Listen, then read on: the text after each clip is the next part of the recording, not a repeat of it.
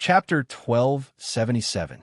With the establishment of the 8 war zones, the defense zones of the various armies were relatively fixed, especially the Gyeonggi War Zone and the Central Plains War Zone. They were already detailed to the point of being stationed in every province. This was beneficial to the construction of the army headquarters, military headquarters, and division headquarters. After this round of disarmament was completed, the Great Xia would enter a period of strategic defense for a long period of time. If nothing unexpected happened, war would gradually fade from the lives of the people in the Central Plains. As such, a stable internal environment was created that was beneficial to the internal construction and industrial revolution. In addition, the establishment of the 8 war zones was in fact a blueprint for the empire. For a long time to come, the Great Xia would use this as a benchmark. While strengthening its internal construction, it would actively expand outwards to increase its global hegemony and strive to become the Great Xia Empire as soon as possible. In a year's time, the Great Xia completed Condition 1 and unified the Huaxia region. In the following 8 years of Gaia, the empire would look down on the entire Asian continent. It strived to complete Condition 2 as soon as possible and obtain the position of hegemon of the Asian region, so as to launch a final charge towards the highest throne. 27th December. In order to coordinate with the 8 war zones, the imperial court made a unified adjustment to the ranks of the generals. There were 3 first-grade generals, namely Bai Qi, Han Xian, and Li Jing. There were 5 first-grade generals, including Sun Bin, Li Mu, Wang Jian, and Wu Qi, the 4 war zone commanders, as well as the navy commander, Zheng He. The commander of the imperial guards, Hua Zubing, and the commander of the Yulin royal guards, Su De, were demoted from their ranks. Second-grade generals, namely Cavalry General Hua Zubing, Chariot General Su De, and Guard General Su Chu. Second-grade generals, namely Imperial Guard General Zhou Yu, Middle Guard General Shi Lang, and Upper Guard General Yan Hua, were all admirals of the Navy and were worthy of such positions. The second-ranked 2 garrison generals were Garrison General Yi Lai and State Garrison General Shi Wan Sui. Both of them were first-rate, unrivaled generals. They were also Ouyang Shua's trusted subordinates and old generals of the empire. The title of 2 garrison generals was appropriate. Second-grade general, namely Cliff Mountain Fleet Navy Commander Yu Daiyou. In addition, Coastal Fleet Navy Commander Qi Jiguang was conferred the second-grade rank of Sea Commander. The second-ranked 4 expedition generals were East Expedition General Li Xiuqing, South Expedition General Zhui Zongtong, West Expedition General Li Ji, and North Expedition General Guizi. They were the commanders of the empire's 4 main offensive fronts. The second-ranked 4 generals were East Suppression General Yu Fei, South Suppression General Zhang Han, West Suppression General Meng Tian, and North Suppression General Chen Yuqing. Below that was the rank 3 general. She was a third-ranked general, the commander of the female palace guards, Hua Mulan. The third-ranked 4 peace generals were Eastern General Zhang Xiutao, Southern General Fan Lihua, Western General Shi Dakai, and Northern General Chang Yechen. They were the commanders of the empire's 4 major defensive positions. There were 4 generals of the third rank, namely the Eastern General Zhang Lang, the Southern General Yang Su, the Western General Ho Junji, and the Northern General Shui Rengui. They were the commanders of the empire's 4 main areas of attack. Below them were some surplus generals. I won't go into details. At this point, before the arrival of Gaia's 8th year, the Great Xia army had gone from reducing the number of soldiers in the name of reducing the size of the army, to setting up war zones on a large scale, and to adjusting the ranks of the generals. Finally, they had completed a top-down restructuring. In the coming Gaia's 8th year, the Privy Council would set up 8 logistical support centers as an opportunity to provide more efficient logistical support services for the 8 major war zones. They would strive to get rid of the dependence of war on labor as soon as possible. Previously, the Privy Council's War Preparedness Department had only set up local logistical supply depots and had never set up a large-scale logistical support center. Every time, They had to wait until the outbreak of war before they mobilized a large number of laborers to transport supplies to the front lines. This time, it was a complete restructuring. Every logistical support center served a war zone. For example, the logistical support center for the Central Plains War Zone would be set up in Luoyang. For this reason, Ouyang Shuo had already authorized the Privy Council to select 320,000 soldiers from the upcoming round of reduction to form an independent logistical support unit. This way, they could save a sum of retirement funds. The planned logistical support center did not only guarantee rations, but also armor, weapons, war horses, guns, cannons, ammunition, fighter jets, siege equipment, and other war resources. Therefore, other than warehouses, there were corresponding munitions factories, horse farms, and other facilities that formed the logistical support center. It was a very complicated and systematic logistical support cluster. Other than the soldiers of the logistical support unit, there were also workers who received wages to serve the logistical support center. This formed a massive industrial cluster, and this was also a boost for the empire's industrialization. Throughout modern history, the role of war in promoting industry could not be ignored. It could be imagined how complicated it was to set up such a logistical support system. Therefore, Ouyang Shuo did not start work in Gaia's 7th year, but pushed it to Gaia's 8th year. The Privy Council had a year to complete the construction of the 8 logistical support centers. The first task was to properly handle the tens of millions of weapons and equipment that the army had replaced after the reduction of the army. They had to set up corresponding warehouses for daily maintenance. Some of the weapons and equipment, such as bows and crossbows, might not be suitable for the battlefield, but they could not be used by the people. It would cause hidden dangers to the management of the local government offices. Another example would be the muskets that had been eliminated earlier. They had to be stored and sealed. Only when the 8 logistical support centers were completed would the modernization of the Great Xia Army take a solid step forward. In the future, all kinds of firearms and armor would be installed in the army.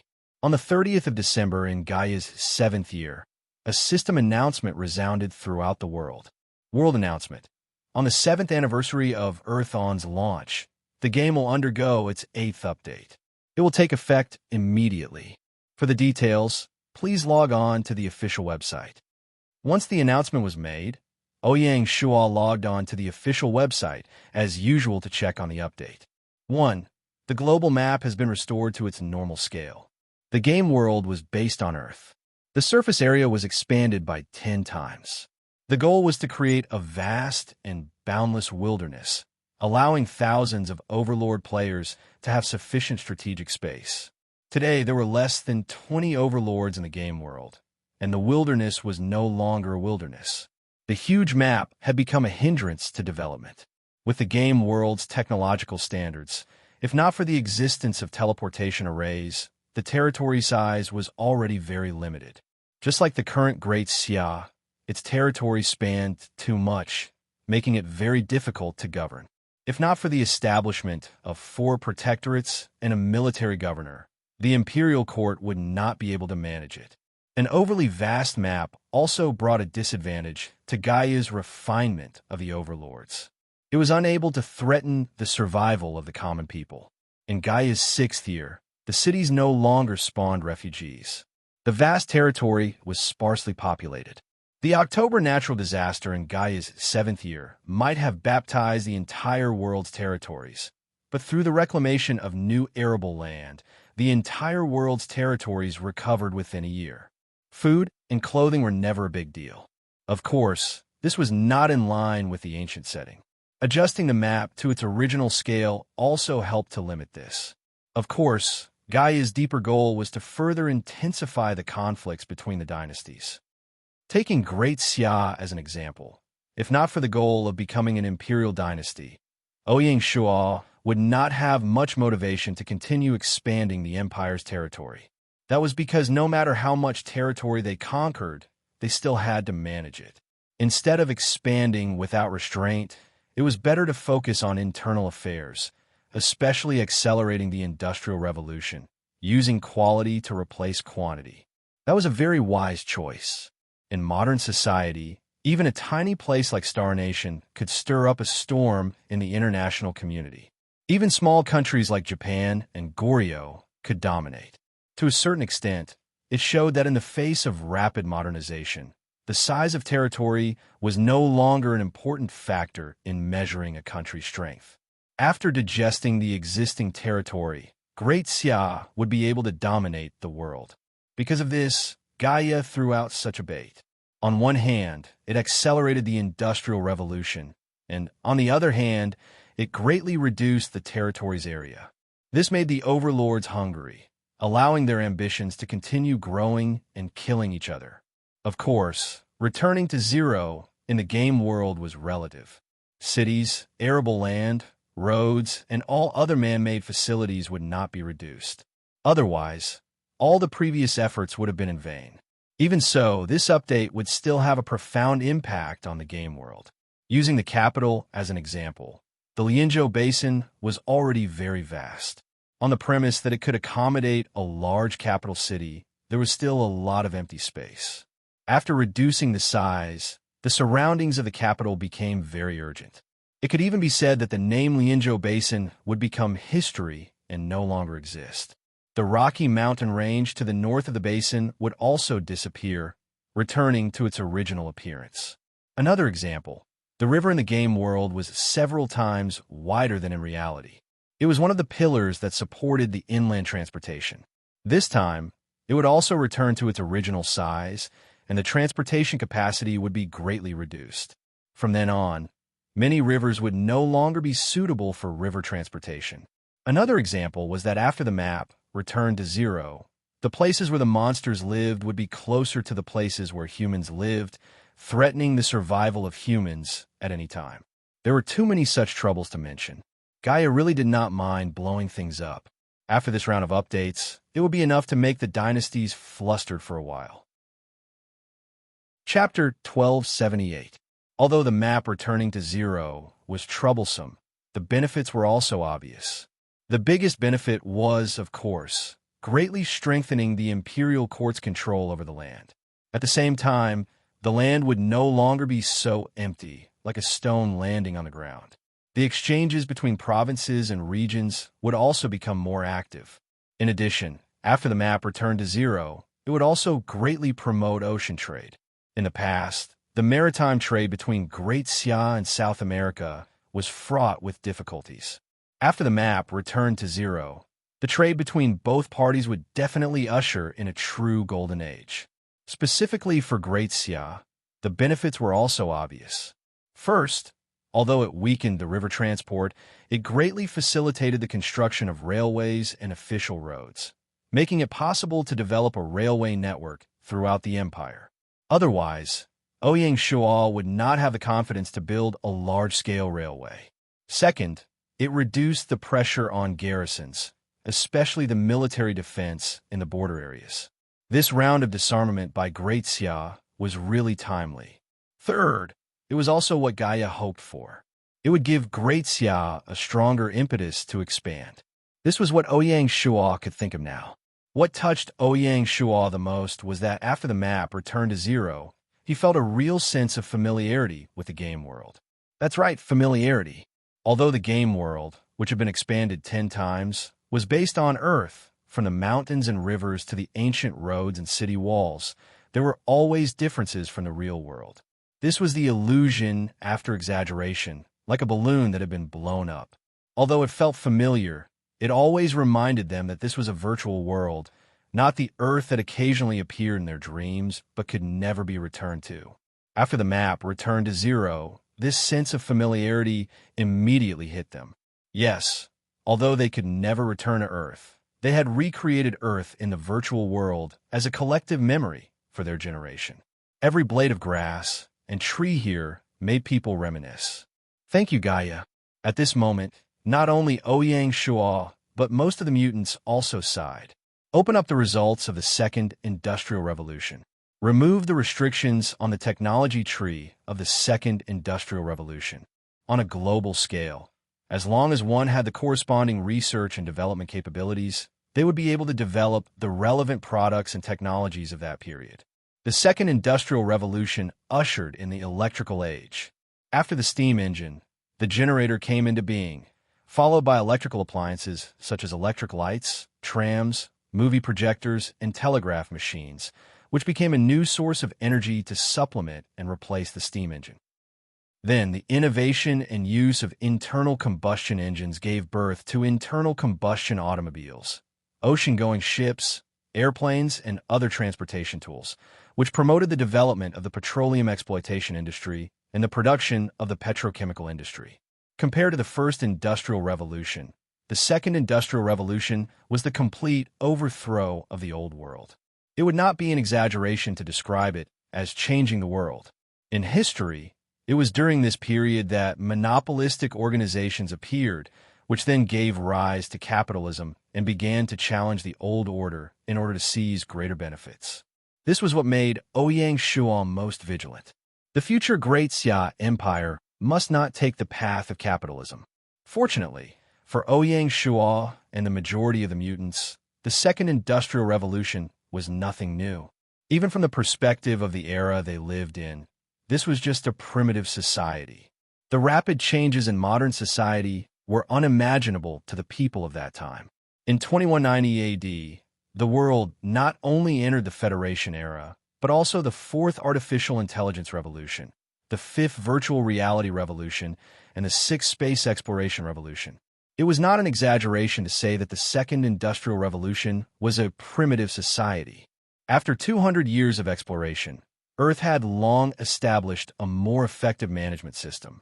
Ouyang Shuo stood on the shoulders of giants and had the confidence to guide the direction of Great Xia. As the founding emperor, Ouyang Shuo had an advantage that others could not reach.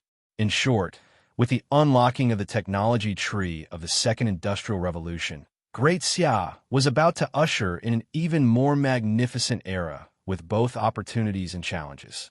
3. Open Motherland. The Atlantis civilization, Lemuria civilization, Motherland civilization, and Gendaya civilization were known as the four most mysterious civilizations. Although they could not be seen, there had always been a variety of legends about them. In the game world, Ouyang Shuo awakened the Atlantis civilization and also traded with the Lemuria civilization, but he knew nothing about the Motherland civilization and Gendaya civilization. Whether it was in his previous life or this life, he did not obtain any clues. According to legend, the Motherland had a vast land from the current Hawaiian Islands in the east to the Mariana Islands in the west, and Fiji, Tahiti Archipelago, and Easter Island in the south. The whole continent was 8,000 kilometers long from east to west and 5,000 kilometers wide from north to south. It was equivalent to the combined area of North and South America, with a total area of about 35 million square kilometers. It was a beautiful and fertile place. Unexpectedly, Gaia took the initiative to expose the Motherland this time. After reading Gaia's introduction of the Motherland, even with Ouyang Shuo's calmness, he could not help but curse. What the F***CK?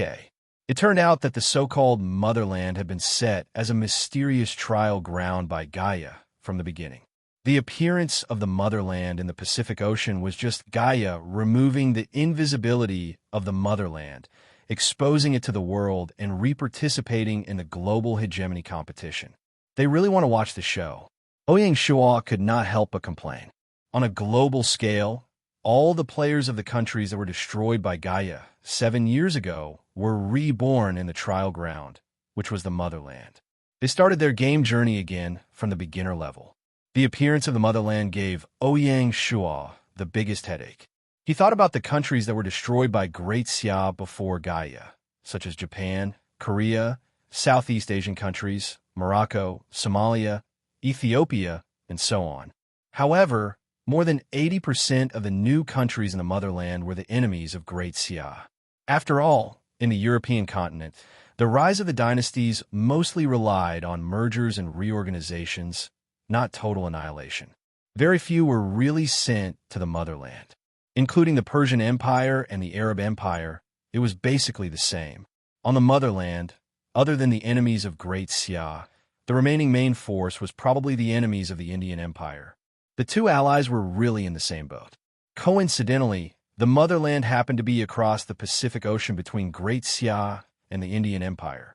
Ouyang Shuo subconsciously held his forehead with his hand and shook his head. They really can't let people live in peace. Although Gaia had said that the environment of the trial ground was worse than the wilderness, and the growth of the exiled players would be more difficult than in the wilderness, and they would be forced to reincarnate, so their strength would be inferior to that of the main world. Even so, Ouyang Shuo did not dare to let his guard down. Firstly, Ouyang Shuo was not sure if Gaia had also put in the advanced technology of the motherland for the exiles to explore while setting it as the trial ground. If that was the case, it would be a big problem. No one in the world knew better than Ouyang Shuo how heaven-defying the advanced technology was. Secondly, it might be because of the cruel environment of the trial ground that a group of people would be eliminated, but it would also produce a group of powerhouses. It could be imagined how strong the survivors in the harsh environment would be. Thirdly, Ouyang Shuo did not know if the countries in the motherland were in a state of fighting on their own, or if they had already merged into a whole and were in the same boat. If it was the former, Ouyang Shuo had nothing to worry about. If Great Xia could destroy them once, they could do it again. But if it was the latter, it was enough to arouse Ouyang Shuo's vigilance. The combined organization would definitely be a superpower. Now that the motherland had just been born, everything was still unknown, so there was not much Ouyang Shuo could do. He could only instruct the Nanyang War Zone to immediately enter a state of combat readiness. The southern border was the closest to the motherland, and it was also the nest of the Southeast Asian countries. If they were to attack, the forces of the motherland would definitely have designs on the southern border. Ouyang Shuo had previously planned to weaken the Nanyang War Zone, but now it seemed that he could only put it aside.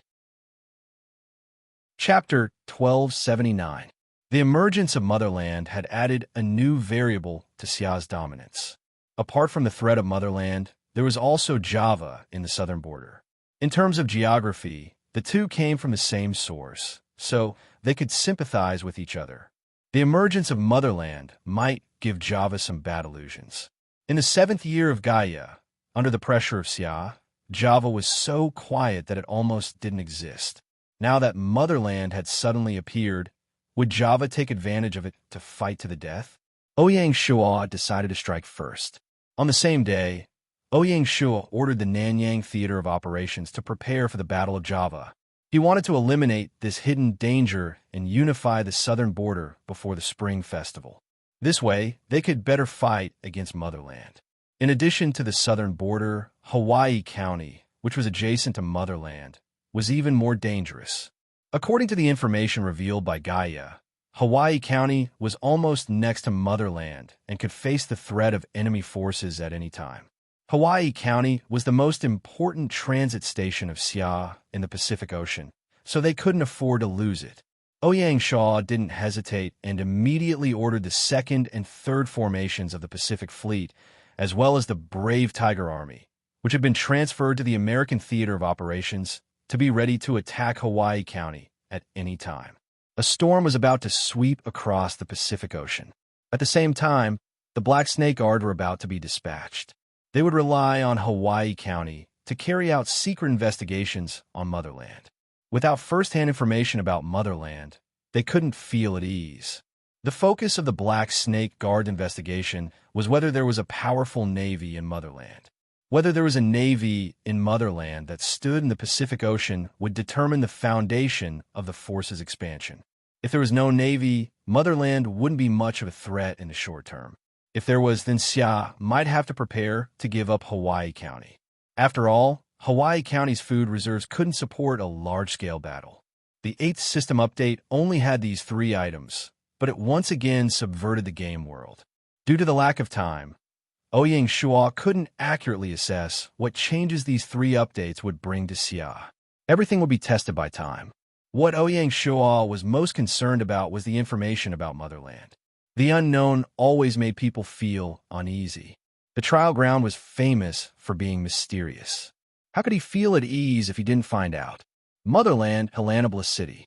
Keisuke Honda, the former Lord of Japan, Pax Sun Ki, The former Lord of Luzon and the other lords of the destroyed countries gathered together and cried tears of joy as they looked at the disappearing water curtain in the sky. It's finally over. The feudal lords' expressions were sorrowful, and there was even a trace of sadness. The environment of the trial ground was too harsh. As soon as they were reborn, not only did they have to face the threat of monsters, but they also had to be enslaved by the natives of the motherland. Yes, it was slavery. In order to increase the difficulty of the trial ground, Gaia restored the Mu Empire on the Mu continent. The newborn Inhumans were powerless in front of the powerful Mu Empire and could only endure the humiliation. Fortunately, they survived. Just a few days ago, the mutants who had reincarnated in the trial grounds had successfully overthrown the Mu Empire and built a brand new empire on the ruins of the Mu Empire, the Dark Knight Empire. As the name suggested, this was an Avengers team. It was precisely because of this that Gaia used the opportunity of the 8th system update to remove the seal on mainland Mu. Otherwise, as long as the Mu Empire did not fall, the trial would not appear on the main map. The Dark Knight Empire adopted a clan system. Keisuke Honda ascended to the throne, and the Japanese were the royalty. The other feudal lords were conferred marquises and other high positions, controlling the core of the empire. Behind them, there were also various clans.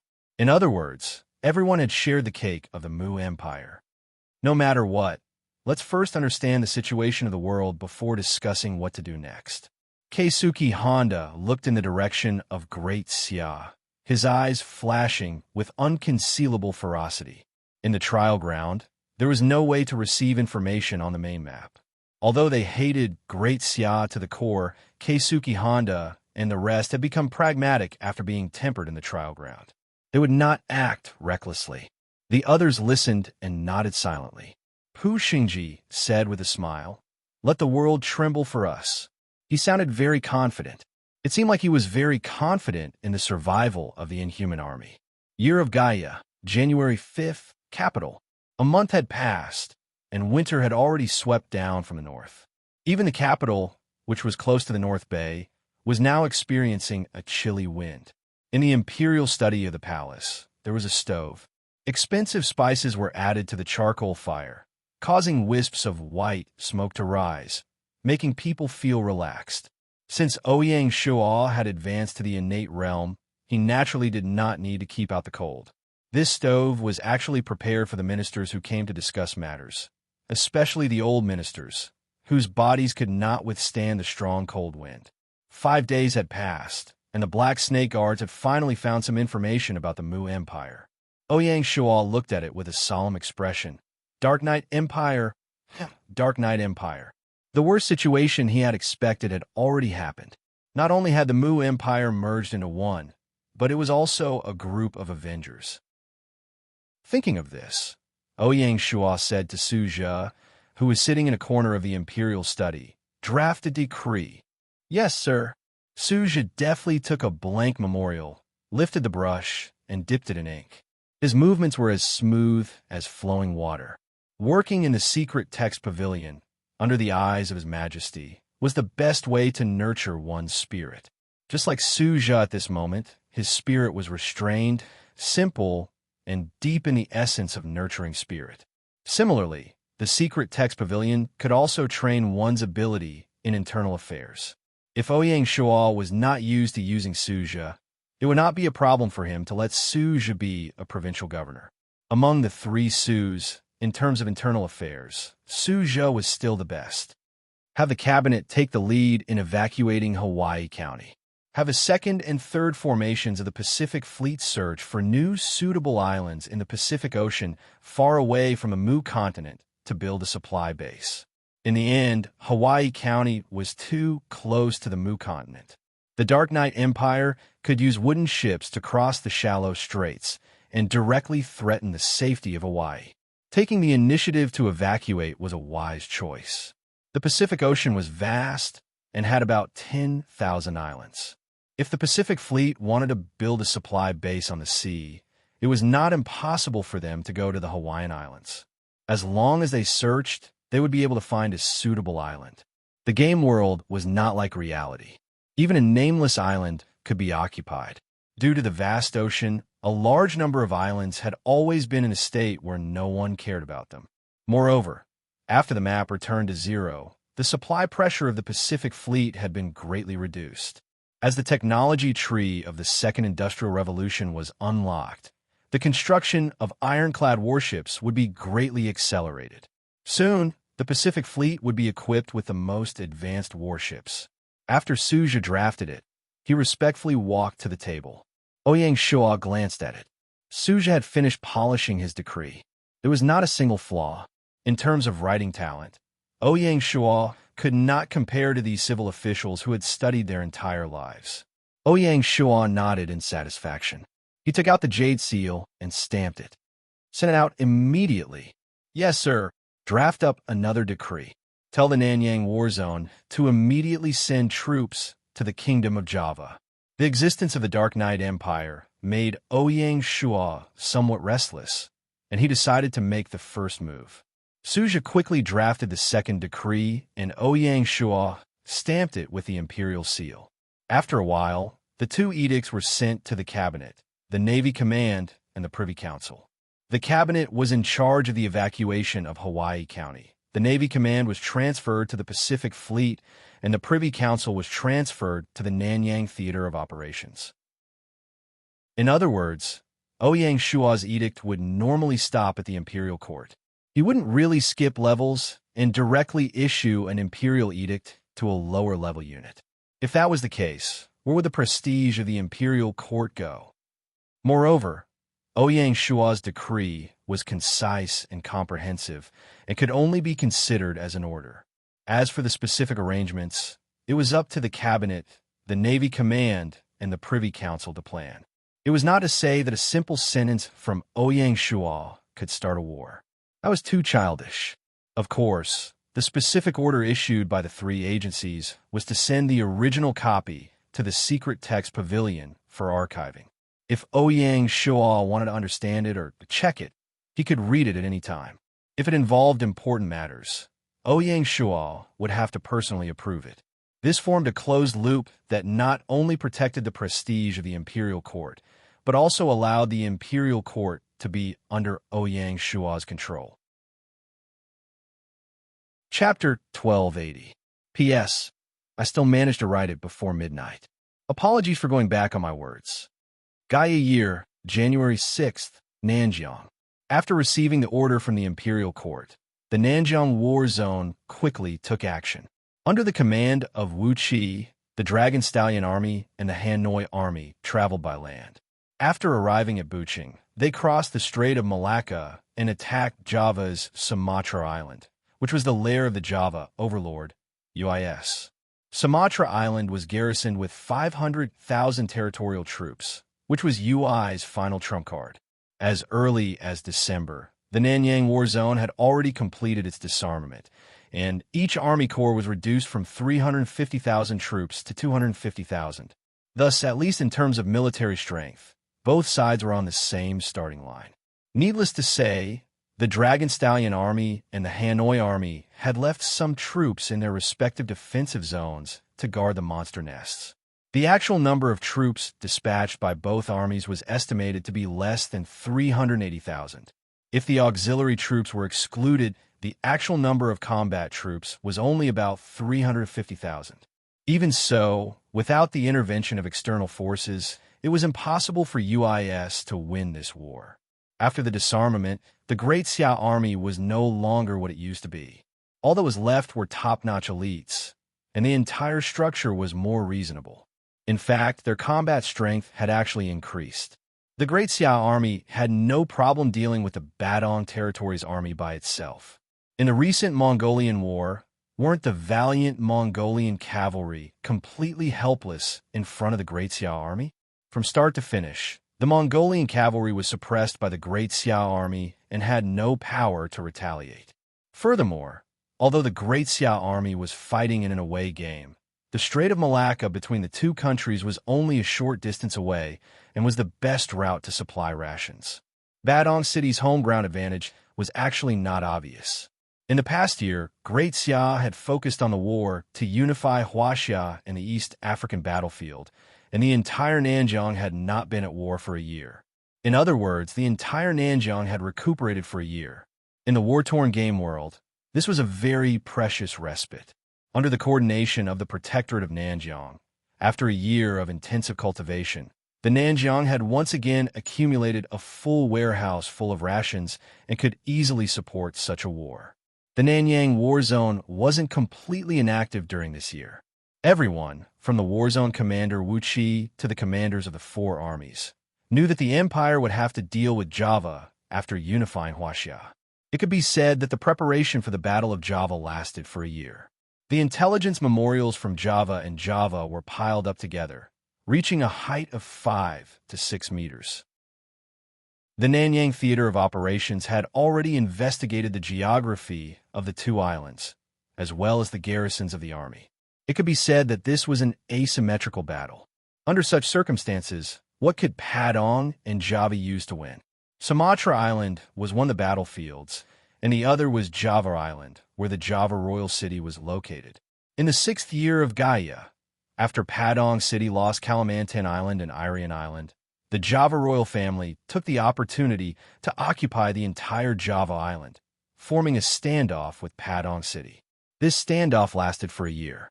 Because their strength was comparable, and with the ferocious tiger of Great Xia by their side, the two major forces were able to keep their composure and didn't kill each other. Otherwise, it would have saved Great Xia a lot of effort. And General Fan Lihua led the southern frontier army across the Timor Sea, while Pingnan General Yang Su led the Halua army across the Java Sea and attacked Java Island from the north and south. Compared to the Dragon Stallion Army and the Halua Army, the Southern Frontier Army and the Halua Army guarded a wider area.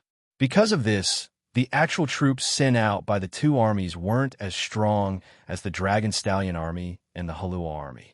There were only about 350,000 soldiers. After deducting the auxiliary troops, there were only 310,000 to 20,000 soldiers. Fortunately, their opponent was the Java Imperial Army. Although the Java Imperial Army had millions of soldiers, there were a bunch of rookies who had never been on the battlefield before. Their weapons and equipment were basically stuck in the era of pure cold weapons. With such an army, the Great Xia army could fight against 10 of them. Moreover, compared to Sumatra Island, Java Island was very narrow. Especially after the map returned to zero, the space for the Java Imperial Army to move around was very limited. Wu Qi had ordered the Southern Frontier Army and the Halua Army to settle the war within half a month. He was still hoping that after conquering Java Island, the two armies would continue north to Sumatra Island. After the battle on Java Island, it would be time for Sumatra Island to be destroyed. At the same time, the Cliff Mountain Fleet, which had already been assigned to the Nanyang Theater of Operations, would do its best to ensure the safety of the army at sea. At the same time, it would attack the port of Java and cut off communications between the two islands. This meant that the Nanyang Theater of Operations was going all out in this war. Her Majesty had made it clear that she wanted the Nanyang Theater of Operations to end the war before the Spring Festival. This year's Spring Festival was on the 4th day of February, which could be said to be very urgent. There was not much time left for the Nanyang Theater of Operations, and Wu Qi had to squeeze out the last trace of the army's potential. Fortunately, as early as the 1st day of January, after receiving Her Majesty's order to prepare for war, the four major armies had already begun to quietly assemble. This was especially so after the map returned to zero. And at most 3 days, the entire army would be able to land on Java for war. On the 7th day of January, Padang City, Sumatra Island. Wui's was surprised, but not surprised by Great Xia's declaration of war. He had long known that there would be a war between the two sides. Wui's was already very surprised that Great Xia was able to endure until now. Sometimes, Wui's could not help but feel sorry for himself. He wondered if Great Xia did not declare war for so long because they did not view Java as an equal opponent that could be dealt with at any time. If that was really the case, it would hurt his pride. Why did you give me hope and then make me despair? Wui's expression was ferocious. This week, The biggest topic in the world was undoubtedly the emergence of the Dark Knight Empire from the motherland. It attracted the attention of players from all over the world and became the biggest news of the 8th year of Gaia. In order to announce their return, the higher-ups of the Dark Knight Empire made a high-profile statement on the forum and even filmed a short video, revealing the tip of the iceberg of the mysterious motherland. Even so, it was enough to make people go crazy. The former lords of Southeast Asia also took the initiative to contact Wuis, hinting that the Dark Knight Empire could join forces with Java to fight against Great Xia and regain Southeast Asia. For this, Wuis was so excited that he could not sleep for the whole night. However, before Wuis could calm his excitement, the news of Great Xia's sudden declaration of war against Java was like a bolt from the blue, striking Wuis, who was obviously overjoyed. Wuis was indignant. He asked for help from the Dark Knight Empire and requested for them to immediately intervene in the southern border. Uis was filled with anticipation, but all he got in return was a hesitant and ambiguous answer. Wuis was all too familiar with this tactic. He summarized it in one sentence: "I will support you in spirit." Other than that, the Dark Knight Empire did not make any substantial promises. The Dark Knight Empire could not be blamed for admitting defeat. After understanding the latest situation in the world, even the arrogant Dark Knight Empire did not dare to rashly intervene in the war against Java. This was because the current Great Xia was completely different from the Great Xia when their empire was destroyed. They unified China, which was recognized as the most powerful region in the world, conquered East Africa, dominated the southern border, defeated the Ashoka dynasty, and stirred up a storm in South America. Every single one of them was terrifying, not to mention all of them together. It was not an exaggeration to say that the current Great Xia could be seen as a global empire. As such, how could the Dark Knight Empire, which had finally stood out again, declare war so easily? There was a saying that only those who had lost something would know how to cherish it. This was the case for the Dark Knight Empire. They had already been destroyed once, so they naturally understood the value of survival. They would not rashly declare war without contacting a strong enough ally and making sufficient preparations. In the eyes of the Dark Knight Empire, the declining Java was obviously not a strong ally. The Dark Knight Empire's ally should be the Dawson Dynasty, or even super organizations like the Silver Hand and the Azure Emblem. Only by joining forces could they deal a heavy blow to the Great Xia. The Dark Knight Empire had already subtly regarded themselves as the fourth pole of the world. To put it bluntly, the small Java was no longer qualified to participate in their game. This was, of course, very sad. Chapter 1281. Just because the Dark Knight Empire didn't intervene in the Battle of Java didn't mean that they wouldn't stir up trouble.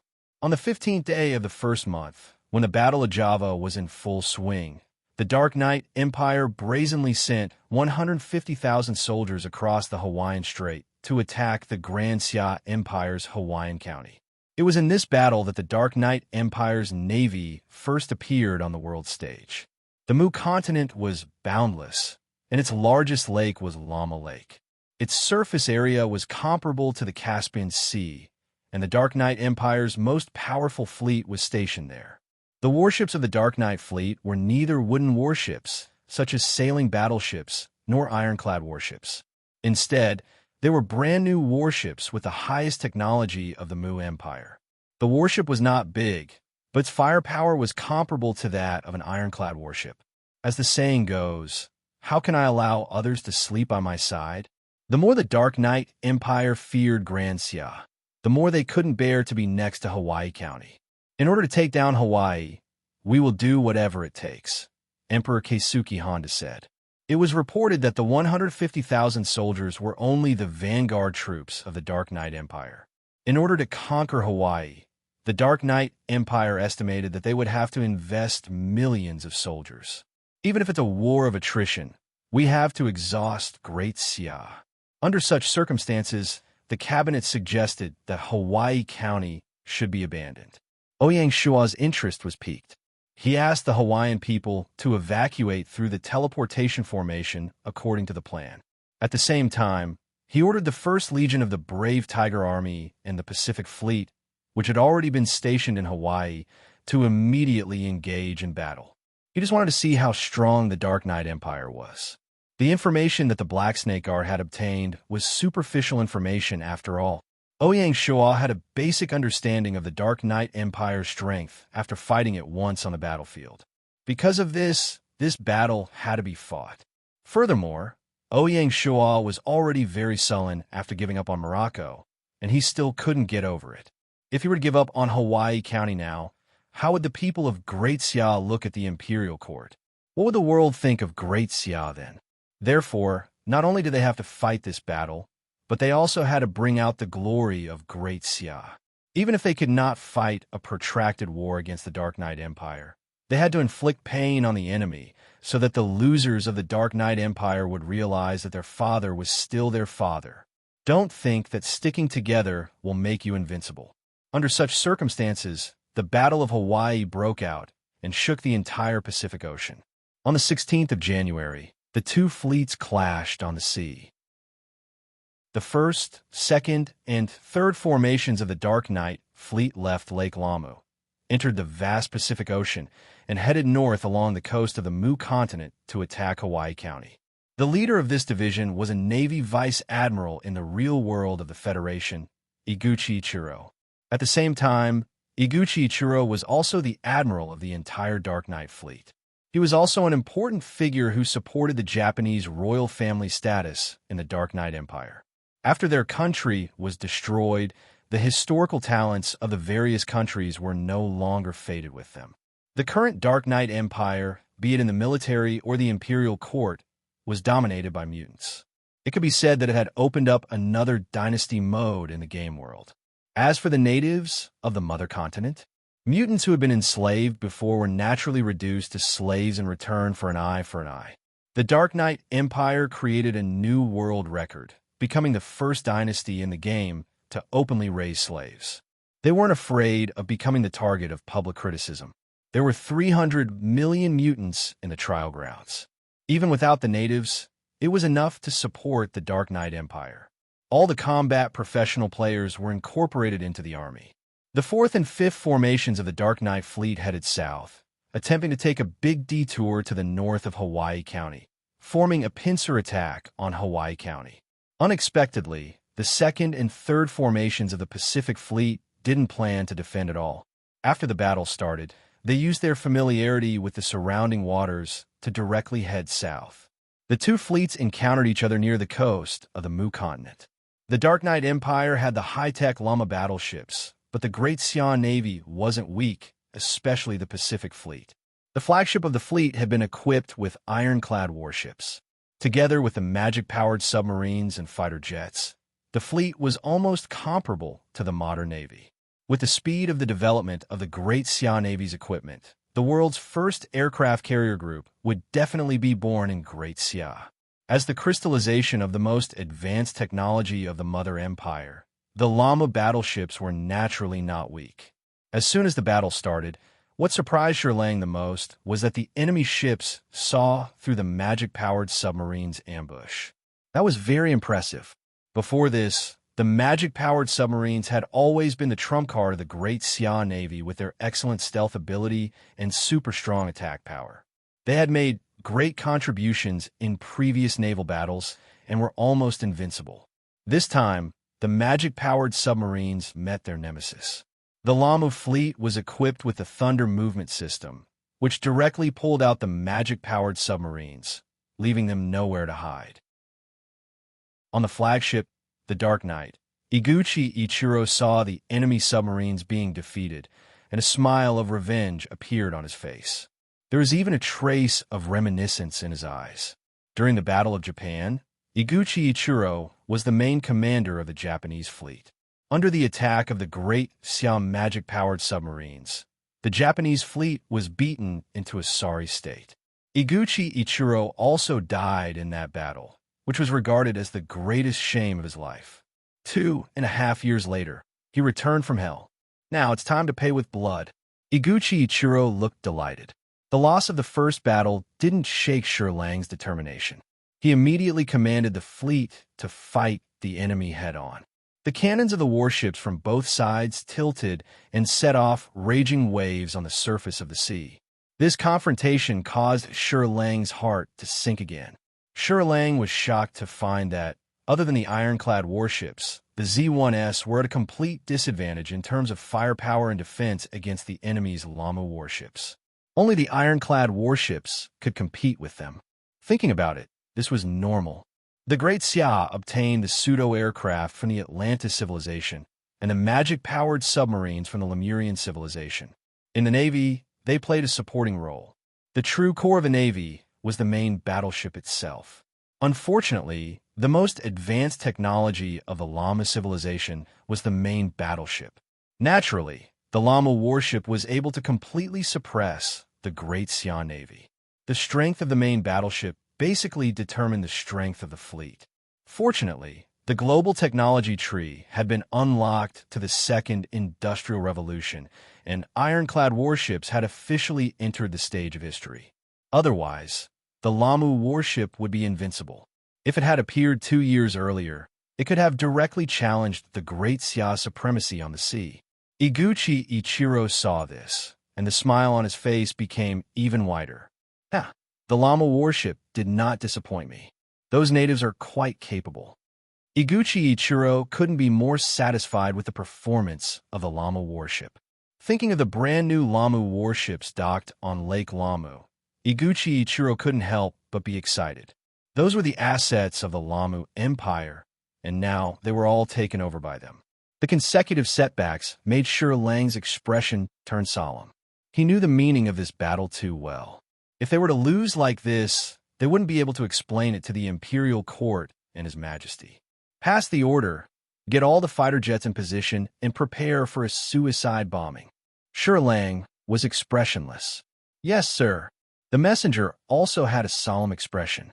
He bowed and left. With the firepower of the Llama warship, if the first-generation fighter jets used conventional tactics, there was a high chance that they would be destroyed by the enemy's cannons. In a situation where the number of fighter jets was limited, Shi Lang didn't leave any way out. Because there is no way out. In this battle, the Pacific Fleet had to defend the glory of the Great Xia Navy. If they were defeated, not only would it be a blow to the Pacific Fleet, but it might also shake the Empire's supremacy on the sea. The resulting chain reaction was something Shi Lang didn't dare to imagine. 10 minutes later, a total of 40 first-generation fighter jets took off from the decks of different battleships after being loaded with bombs. Every pilot's face was filled with an indomitable determination. Chapter 1282. Blue Sea, Blue Sky. Under the white clouds, 40 classical-looking first-generation fighter jets rose into the air. They made a pleasant roar and drew a beautiful arc in the sky. They were a group of Sky Knights. The Dark Knight Fleet's Llama battleship was clearly visible in front of the fighter jets. Speaking of which, it was quite interesting. The Dark Knight Empire claimed to be the god of the night, and their occupation was revenge. Llama's battleship did not seem to have been painted, but it was a bright silver color. The two were completely opposite. In the era before walkie-talkies, it was difficult for the fighter jets to communicate effectively with each other after they took off. They could only fly to the designated target according to the arrangement before they took off. One fighter jet after another swooped down from the sky. Air attack. Don't panic. Aim the cannons at the fighter jets. The Dark Knight Fleet was not a motley crew. They panicked, but did not panic. Under Iguchi Ichiro's command, the black cannons were raised and the fighter jets swooped down. Fire. Boom, boom, boom. Amidst the roar of the cannons, 2 fighter jets were shot down. Smoke rose from their bodies as they wobbled and fell into the sea. The first-generation fighter jets were simple in structure, so they could only perform some simple evasive maneuvers. Fortunately, more fighter jets continued to swoop down despite the enemy's cannons. Boom, boom, boom. Another round of cannons was fired. Because the distance was closer, 4 fighter jets were shot down this time. At this moment, some fighter jets finally arrived above the Llama battleship and dropped bundles of explosives. Boom, The battleship that was hit by cannons. Some of the decks were blown up. The huge battleship began to shake violently. Some of its sides were blown up, and the seawater poured in, trying to drag the battleship into the depths of the sea. One after another, the llama battleship emitted thick smoke. Iguchi Ichiro's face turned green. He did not expect the enemy to be so crazy. Fire! Fire! The Dark Knight fleet could only fire continuously to shoot down the enemy fighter jets. The birth of fighter jets had completely changed the way naval battles were fought. From a simple battle between warships to a more complicated and ever-changing air attack. Aircraft carriers were born to respond to fighter jets. Under the attack of Great Xia's fighter jets, the Dark Knight fleet suffered heavy losses. 12 warships were sunk on the spot, and as many as 15 warships were damaged. The price that Great Xia paid was that less than 10 of their 40 fighter jets returned. At the same time, Lang commanded the fleet to attack while the enemy was injured, launching a dense artillery attack. It was both to cover the fighter jets and to take advantage of the opportunity to expand the battle results. The magic-powered submarine that had been detected by the enemy attacked again, sinking 4 enemy ships in an instant. The situation of the battle was instantly reversed. Iguchi Ichiro gazed at the smoke-filled sea. As far as the eye could see, almost all of their ships had been damaged. Thick smoke billowed from the scene, and their vision was severely limited. Just a moment ago, he was still complacent, but now his face was as gloomy as water. Iguchi Ichiro was ready to retreat. If they continued fighting, they might suffer even more losses. Just as he was about to give the order to retreat, the communication compass suddenly rang. All right. Iguchi Ichiro hung up, his anger turning into joy.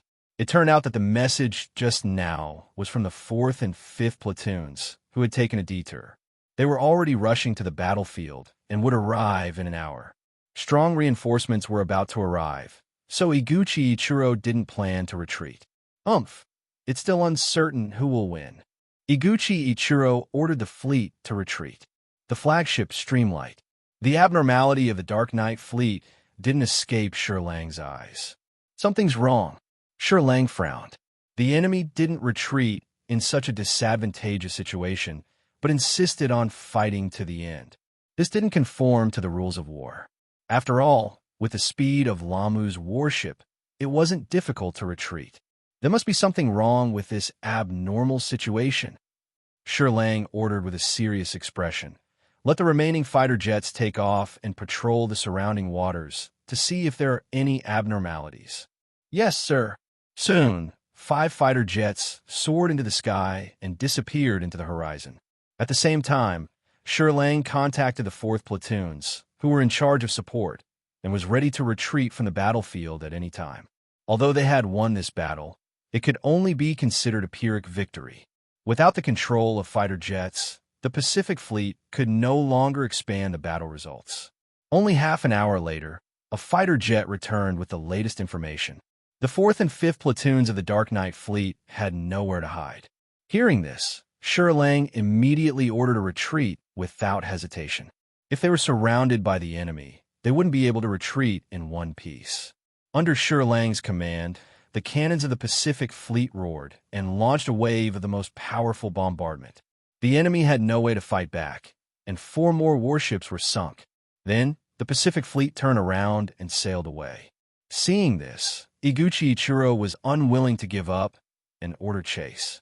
Not long after they caught up, they stopped resentfully. This was because the radar of Ram's warship had detected enemy submarines in the waters ahead. Yes, they could see through the stealth of the magic-powered submarines, but they couldn't crack it. If they wanted to break through by force, they would have to pass through the magic-powered submarines first. More than half of the Dark Knight Fleet's warships had sunk, and they couldn't afford any more trouble.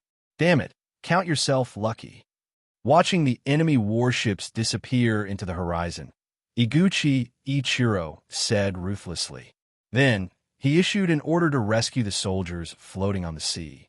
Some of the warships that were on fire were salvaged as much as possible. Every Llama warship was expensive, and the Dark Knight Empire couldn't afford to waste it. The first naval battle between the Great Xia and the Dark Knight Empire ended with the victor retreating. Ironically, although the Pacific Fleet won a local naval battle, it was no longer able to fight the Dark Knight fleet head-on until more ironclad warships were installed. This also meant that the Great Xia had essentially lost its hegemony in the Pacific Ocean. This was, of course, a sad fact. The naval battle report was reported to the Navy Command, and then to Ouyang Shua's desk. He was silent for a long time, and then said to Suja, who was on duty, add another topic to the year-end military conference. It's how to complete the replacement of the Pacific Fleet in the shortest time possible. Yes, sir. Suja nodded and noted it down. Seeing that the Spring Festival was approaching, Ouyang Shua planned to hold a military conference of the highest level before the court holiday to summarize the results of Gaia's 7 years, and at the same time, set the tone for Gaia's 8 years of strategy. The related topics had already been distributed to the participants in the Pavilion of Secret Texts.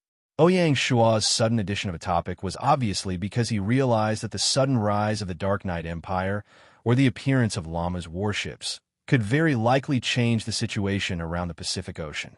If he couldn't deal with it, he might make a big mistake. The appearance of Lama's warships was actually a wake-up call for Ouyang Shua. In the past 7 years, he had gotten used to the territory's technology leading the world, and had tasted the sweetness of black technology. Now, it was Great Xia's turn to taste the bitterness of black technology. It was impossible to say that Great Xia had taken all the benefits, as that would be unrealistic. January 17th, Hawaii County. The end of the naval battle did not mean the end of the Battle of Hawaii. On the contrary, with the successful landing of 150,000 troops of the Dark Knight Empire under the cover of the Dark Knight Fleet, the war had just begun. Like the Navy, the Dark Knight Empire's army was composed of 2 parts, the Mutant Army and the Slave Army. The Mutant Army was the main force, and the Slave Army was either auxiliary or pure cannon fodder. They were about to face the First Legion of the Brave Tiger Army. The Hawaiian Islands consisted of 8 main islands, 124 small islands, as well as reefs and minarets surrounding each island. The 8 main islands in order of latitude were Kauai, Niihau, Oahu, Molokai, Lanai, Maui, Karaia, and Hawaii. Maui and Kauai were the world's tourist attractions. Hawaii County's administrative center was located in Oahu, which was Honolulu, a city that had connections with Huaxia. The remaining 7 islands each had a county town, and together, they formed Hawaii County. The only transmission array in Hawaii County was located in Honolulu.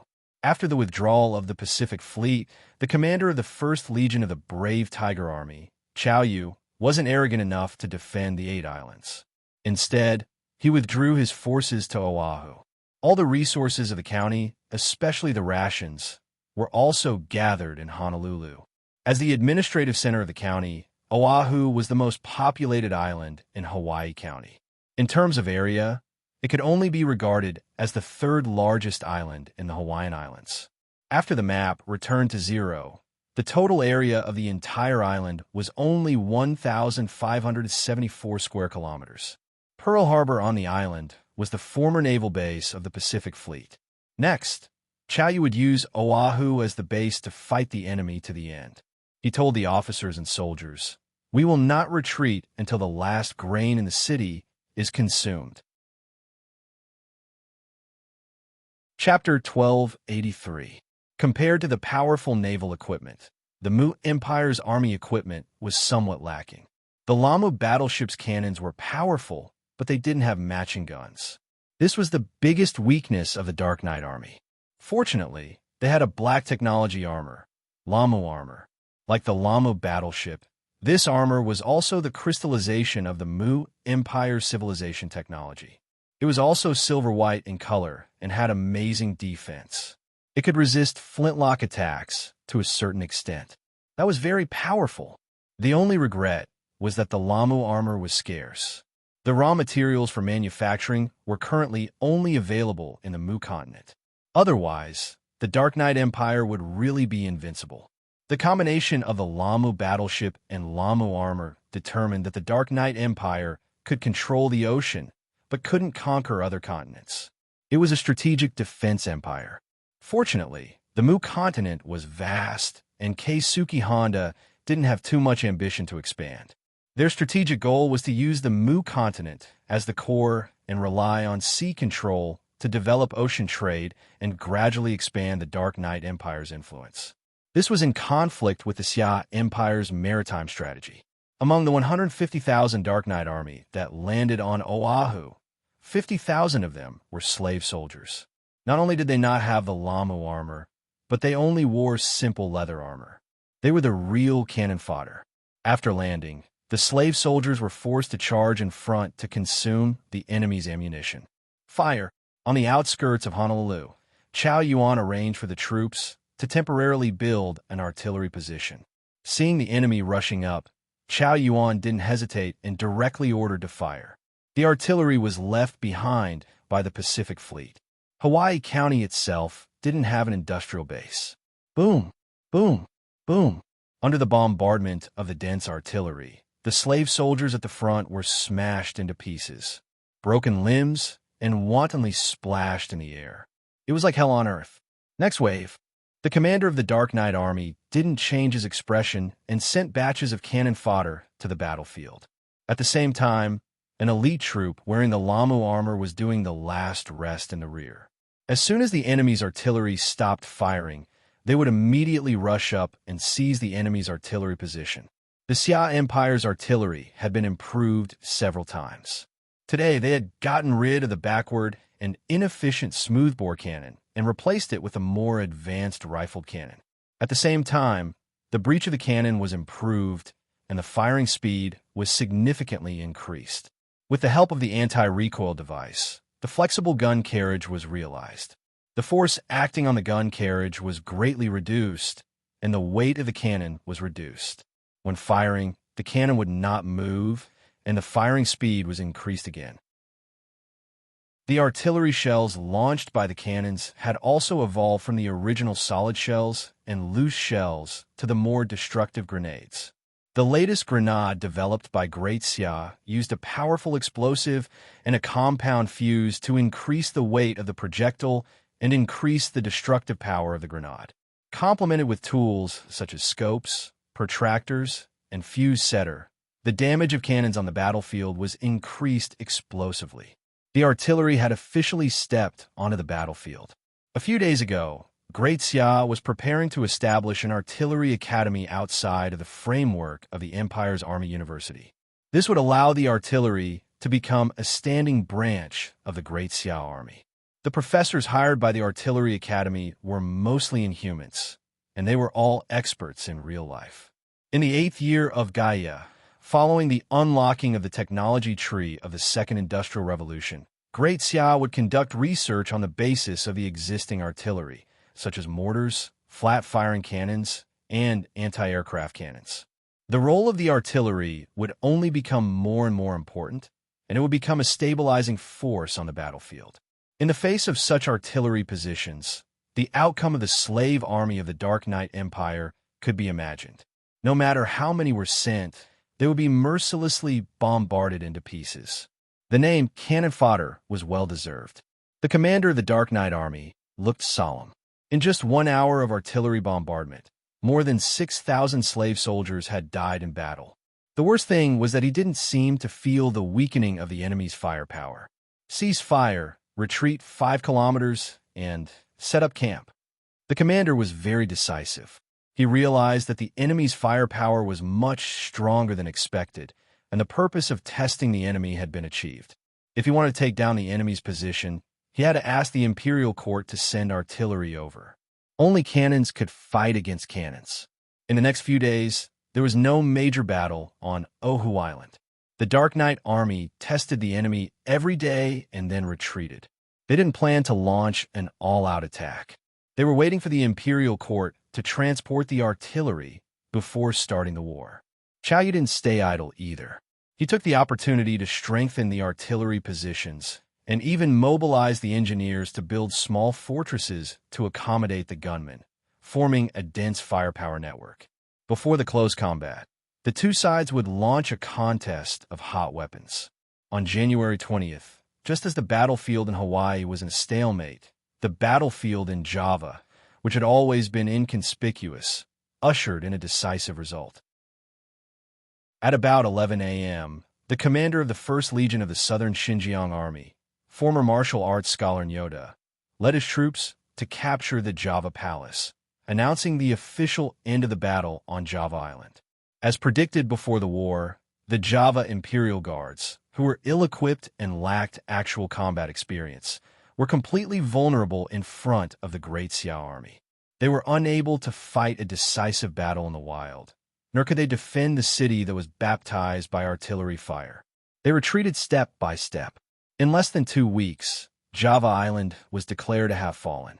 In this battle, the Great Xia Army of the Southern Xinjiang Army and the Halua Army suffered less than 20,000 casualties, killed nearly 200,000 enemies, and captured more than 800,000 prisoners of war. This was the most brilliant achievement in the history of the Great Xia Army. This also marked the official withdrawal of the purely cold weapon army from the stage of history. The battle on Java Island was thus written into the history of the game. This battle also once again proved the necessity of Great Xia's disarmament and military reform. It proved that after the reduction of soldiers, the overall combat power of the Great Xia Army didn't decline, but instead rose and became even more terrifying. Great Xia's disarmament was finally unimpeded, and there was no longer any opposition. Indian Empire, Cusco City. After the news of the battle on Java Island was revealed, it caused a storm of firearms on a global scale. The European and American dynasties focused on the research and development of firearms, and their strength was comparable to Great Xia's. They were just a little surprised that Great Xia, as a traditional Eastern dynasty, was also at the forefront of industrialization. The most difficult one was the Indian Empire. This American dynasty, which adhered to the Indian tradition, had been having a hard time recently. Faced with the attacks of the Spanish and Brasilia dynasties, it was already somewhat powerless. Juarez's faith also began to waver. This emperor realized that in today's days of vigorous development of firearms, if the empire still insisted on sticking to its tradition, it would eventually be buried with it. The empire must make changes. The current Indian Empire had almost zero industrial base. It was impossible to manufacture cannons and firearms in a short period of time. The only way was to purchase firearms from outside. Looking at the entire world, only Great Xia had the strength and was willing to trade with the Indian Empire. What gave Juarez a headache was that in the 7th year of Gaia, Great Xia had taken the initiative to offer assistance to the Indian Empire to establish an industrial system, but Juarez had rejected it. Now, he didn't know how much effort it would take. Even if I have to put down my pride, this matter must be negotiated. At most, I'll just have to cede some benefits. Juarez already had the awareness of cutting his own flesh. On the 22nd of January, after capturing Java Island, the Halua army was ordered to go north and land on Sumatra Island to encircle and annihilate Padang City. As a result, the already tottering army of Badong City became even worse. Unlike the Imperial Guards, the Padang City army was still considered an elite force and was also equipped with cannons and firearms. However, compared to the Great Xia army, the gap was still very obvious. Under the siege of 3 armies, even with the support of the mutants, Padang City was ultimately unable to withstand the attack. On the 27th, at about 3 o'clock in the afternoon, after 3 days and 3 nights of fierce fighting, Padang City was captured by the Great Xia army. This meant that the Battle of Java had officially come to an end. The Nanyang War Zone had completed the Imperial Court's order to capture Java before the Spring Festival. This battle was indeed fought beautifully. After capturing Java, the entire southern border was unified and placed under the rule of Great Xia. Chapter 1284. When the Java Kingdom was destroyed, a system notification rang in the minds of every Java player. System notification. Java has been destroyed. Please choose a dynasty. After Gaia canceled the punishment of the trial grounds, the players who were destroyed would not be forced to reincarnate. They would also have the right to choose a dynasty to settle in. As long as the dynasties around the world were willing to accept them, Gaia could send them over. There were 20 million Java players, so they naturally had a variety of choices. Some chose the Dark Knight Empire as a place of revenge. Moreover, the Dark Knight Empire had just won a battle in the Pacific Ocean and expelled the Great Xia Empire's Pacific Fleet. To the Java players, the Dark Knight Empire was still very popular. There were also some who chose the Dawson Empire and other Western empires, preparing to leave this sad land of Asia. There were also some who chose the Great Xia Empire, which meant to stay. Surprisingly, more than half of the people chose the last option, especially the casual and professional Java players. After all, it was difficult for them to leave their homeland, and they were unwilling to wander in a foreign land. More than 70% of the casual players chose to stay. Furthermore, those who had fixed assets in Java were unwilling to give up the assets that they had painstakingly saved up and chose to stay. The Great Xia Code clearly stated that private property was sacred and inviolable. Anyway, Java wasn't the only country that was destroyed by Great Xia. With more people, it wasn't that hard to accept. The current Great Xia was already a super empire that spanned across Asia, Europe, Africa, America, and Australia. Living under the rule of Great Xia seemed to be a good thing. The existence of the Federation had greatly weakened the concept of family and country. The education that Ouyang Shua's generation had received since young was that the country and the Federation were two sides of the same coin. Even the Eastern and Western civilizations were intertwined, but there was no clear distinction between the two. Otherwise, it wouldn't have evolved into a super-organization like the Silver Hand that spanned across the globe. It was only until the game world set up different game zones based on the territory of the old countries that the old concept of country was gradually repeated in the past few years, and with the help of some people, it began to strengthen this concept. However, the time was too short, and the established concept was like a sand tower that collapsed easily. The Great Xia, led by Ouyang Shuo, was trying to unite the people of the various races and the mutants to establish a new concept of country, Great Xia, a global empire with the Eastern civilization as its core. The main force that had left Java were still the combat professional players. To these people, their equipment was basically all they had. They came and went like the wind, and they left in a carefree manner. There were also some combat players who chose to stay. Among them, there were some people with ulterior motives. Perhaps they had the intention of causing destruction. How to effectively manage these players had become the biggest problem for Great Xia to manage Java. In Ouyang Shua's words, it's easy to conquer, but difficult to manage. After conquering the two islands of Java, Great Xia did not establish a new province. Instead, they merged the two islands into the Halua province and administered them together. As such, Hiluo province included the territories of Blind Robe Buddhist Country, Star Country, Mud Country, and Java Country, becoming the largest province in the empire from east to west. It was narrower than Northern Plains Province and was also an archipelago province. River Province's administrative center will be moved from the current Bu City to Coconut City. What made Ouyang Shua feel slightly relieved was that the governor of Halal was Hu Zongxian, a minister who had extraordinary abilities and was deeply trusted by Ouyang Shua. January 21st, Honolulu.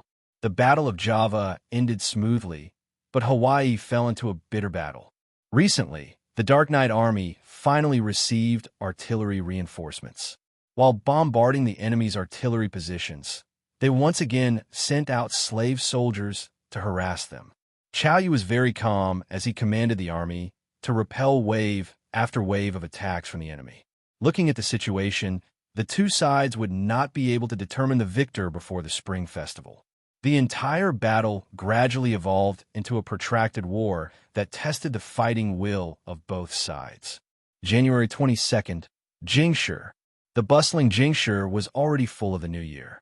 Lanterns and color banners were everywhere, and it was not affected by the war at all. After a year of construction, the new district was full of people, and the streets were crowded. Factories rose from the ground one after another, and the atmosphere of the new era was pervasive. The roar of the machines was like a beating heart, supporting the empire to move forward with its head held high. With the acceleration of the empire's industrialization and the full opening of the mutants to all, more and more players found a sense of belonging in the empire and headed for new jobs. They were like a gush of fresh blood that brought a new atmosphere to the empire. The first conference room of the palace. Ouyang Shua sat in the middle. On the left side of the long conference table sat a group of civil officials, including the 6 cabinet elders, the 4 ministers of the imperial court, and the 4 protectors who went to the capital. On the right side of the long table sat a row of generals, including the 7 war zone commanders, Navy Commander Zheng He, Pacific Fleet Commander Shi Lang, and Indian Ocean Fleet Commander Smoke Demon. These 24 ministers could be called the cornerstones of the empire. It was not difficult to see that among the 5 major naval fleets, the Pacific Fleet and the Indian Ocean Fleet stood out due to their different missions, and their status was higher than the Royal Fleet. This could be considered as a hero created by the times. However, Shi Lang's expression was a little solemn. Perhaps he was still worried about the situation in the Pacific Ocean. Qing Yi, the Palm Seal Scholar of the Secret Text Pavilion, was not even qualified to sit around the long table, as he was the recorder of the meeting. He could only move a chair and sit in the corner behind the civil officials. This could be considered the highest-level meeting in the empire, and it was only held once a year. Outsiders might think that the atmosphere in the conference room would be very solemn, and everyone would be careful with their words and actions. The truth was the opposite. Ouyang Shua had already said that not only could everyone speak freely, but they could also debate with each other. Even if it was against his opinion, there were no taboos as long as it was said with substance. In the 7th year of Gaia, externally, the empire has unified China, conquered East Africa, and unified the southern borders. Internally, industrialization has been accelerated, and a large number of new products have been released. The economy has maintained a strong momentum, and the financial revenue has exceeded 100 million. Both political and martial arts have achieved extraordinary achievements. However, on the path of hegemony, one must advance or fall back. The 7th year of Gaia has come to an end. In the following year, how the empire should forge ahead and create glory again will depend on everyone's advice and suggestions. After a simple opening, Ouyang Shua went straight to the point. Zifan, you first. Zhang Liang sat third from the left, just behind Jiang Shang and Ko Zhuan. It was obvious how high the status of the cabinet of ministers was. Upon hearing that, he took out a stack of documents, stood up, and personally handed them to all the ministers present. Ouyang Shua took a look and saw that the cover was written Xinwu's 4th year State of the Union. This was the first global strategic document after the cabinet of ministers established the State of the Union Research Center. Zhang Liang sat down again and began to give a brief explanation of the document. In the past year, the global situation as a whole has stabilized. Other than the war in Africa, among the 18 dynasties, only the Great Zhou was destroyed. The remaining 17 dynasties are still standing. The Silver Hand and the Azure Emblem are both very restrained. They are focusing their energy on internal affairs, accumulating energy for the next big explosion. As the global situation enters the later stages, time is limited. Coupled with the appearance of the Dark Knight Empire, the Cabinet of Advisors believes that the year of Gaia will be a year of chaos. All conflicts and contradictions will erupt at the same time. The global situation is about to usher in a new round of reshuffling. Upon hearing this, the civil officials' expressions turned solemn, but the generals could not hide their excitement.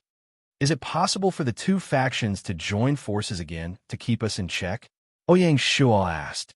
Zhang Liang replied, "We can't rule out this possibility. However, I believe that compared to joining forces, the 2 factions are more likely to start internal strife to maximize their benefits." What do you mean? Zhang Liang said unhurriedly. Firstly, the empire itself has no flaws. With the establishment of the 8 major war zones and the unification of the southern border, the empire has already done a watertight defense. If the 2 factions want to besiege the empire, They can only advance by land and sea. By land, there are only three directions: India, Persia, and the Romanov dynasty. They correspond to the three major war zones of South Asia, West Asia, and North Asia. They're all easy to defend and difficult to attack. Moreover, India is currently in internal strife. I'm afraid they don't have the energy to participate at all. Persia and the empire are also separated by the Ogdi tribe, so it's difficult for them to do their best. In the Siberian region of the Romanov dynasty, logistical support is a huge problem. Even if they want to, they can't send troops on a large scale. They can only wave flags and shout battle cries. Hearing this, the civil officials heaved a sigh of relief, but the generals were unhappy. Zhang Liang did not care and continued. By sea, there are two routes: the Pacific Ocean and the Indian Ocean. Not to mention the Indian Ocean, as long as the empire firmly controls the Gulf of Aden, the Maldives, and the Strait of Malacca, the European dynasties will not dare to send troops. Even if they send troops, they won't be able to reach the empire. The only thing to worry about is the Pacific Ocean. Following the sudden rise of the Dark Knight Empire, the empire's control over the Indian Ocean was greatly reduced, giving the Dawson dynasty and the other American dynasties a chance. When Shirlang heard this, he almost couldn't lift his head. Fortunately, the empire has natural barriers like the Yingzhou province, the Izhou commandery, and the Zhangzhou commandery in the eastern seacoast. As long as the Dawson dynasty doesn't go crazy, they won't dare to send troops. Ouyang Shua asked, "What about the Dark Knight Empire?" The Dark Knight Empire is a variable, but from Chao Yan's report, the Dark Knight Empire's army is weak. They only dare to cause trouble along the coast, but not on land. Zhang Liang was being realistic. Ouyang Shua immediately thought of the Wokou pirates that plagued the southeastern coast of Huaxia in history. Coincidentally, it was the Japanese who were in charge of the Dark Knight Empire. Could it be that the Dark Knight Empire was just another group of Wokou pirates? Thinking of this, Ouyang Shua became even more anxious to rebuild the Pacific Fleet. Even so, Ouyang Shua did not show it. His expression was calm as he listened to Zhang Liang's report. The State of the Union from the Cabinet of Advisors was, in fact, setting the tone for the empire's strategy. Chapter 1285. Zhang Liang changed the topic. Of course, although the mainland is basically fine, the periphery of the empire, especially in East Africa, America, and even the southern border, these overseas territories will still face risks and all kinds of challenges. Hearing this, everyone fell into deep thought. As the saying went, crisis is opportunity.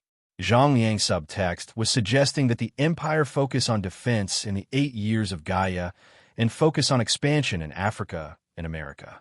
If not for the Indian Empire asking for help from the Great Xia a few days ago, even the American continent would not be one of the empire's expansion targets. Ouyang Shua expressed on the spot, Huaxia and the southern border have just been unified. It's time to recuperate. Huaxia destroyed 6 countries in a year. It needed a process of integration, elimination of estrangement, let the survivors of the 6 countries forget their homeland, and truly see the Great Xia as their motherland. From then on, the Great Xia and Huaxia would be 2 sides of the same coin. After the southern border was unified, the spread and infiltration of the Chinese civilization in the area, so that the people of the southern border would recognize the orthodoxy of China, was also a long-term policy that required a relatively stable internal environment. Managing the mainland and the southern border well, the empire would have a stable rear. This way, in the future global battlefield, the empire could attack and defend, basically in an invincible position. Historically, one of the reasons why the United States was able to rise so strongly after World War II was because the United States was far away from the front lines of the war. The war stimulated the American industry, becoming the biggest winner of the World War. This was a good example to emulate. Jiang Shang and the other officials' eyes lit up, and they all nodded in agreement. Li Jing, Wang Jian, and Li Mu, the 3 war zone commanders, had a hint of unwillingness in their eyes, especially Wang Jian, who was extremely disappointed. But this was His Majesty's decision, and they had no reason to refute. Truthfully speaking, the State of the Union issued by the Cabinet of Ministers was of a very high level, and it was very convincing. Behind the State of the Union was the support of the Cabinet of Ministers, the Black Snake Guard, the Mountain Sea Guard, and other organizations. Any decision was based on sufficient intelligence. Seeing this, Du Ruhue said with a smile, "If the Silver Hand and Azure Badge really start fighting, then the Empire will have a bright future in Africa and South America." Everyone present was smart, so they naturally understood. The structure of the African continent had basically taken shape. North Africa was occupied by the Egyptian dynasty, South Africa by the Bantu dynasty, East Africa by Great Sia, and West Africa by the European dynasties. Aside from the Congo, the rest of Central Africa was occupied by the Dawson dynasty. If the flames of war were to be ignited in Africa, the Congolese Empire would be the first to bear the brunt of it, which would be the clash between the Grand Sia and the Dawson dynasty. If he thought about the South American continent, things would be interesting.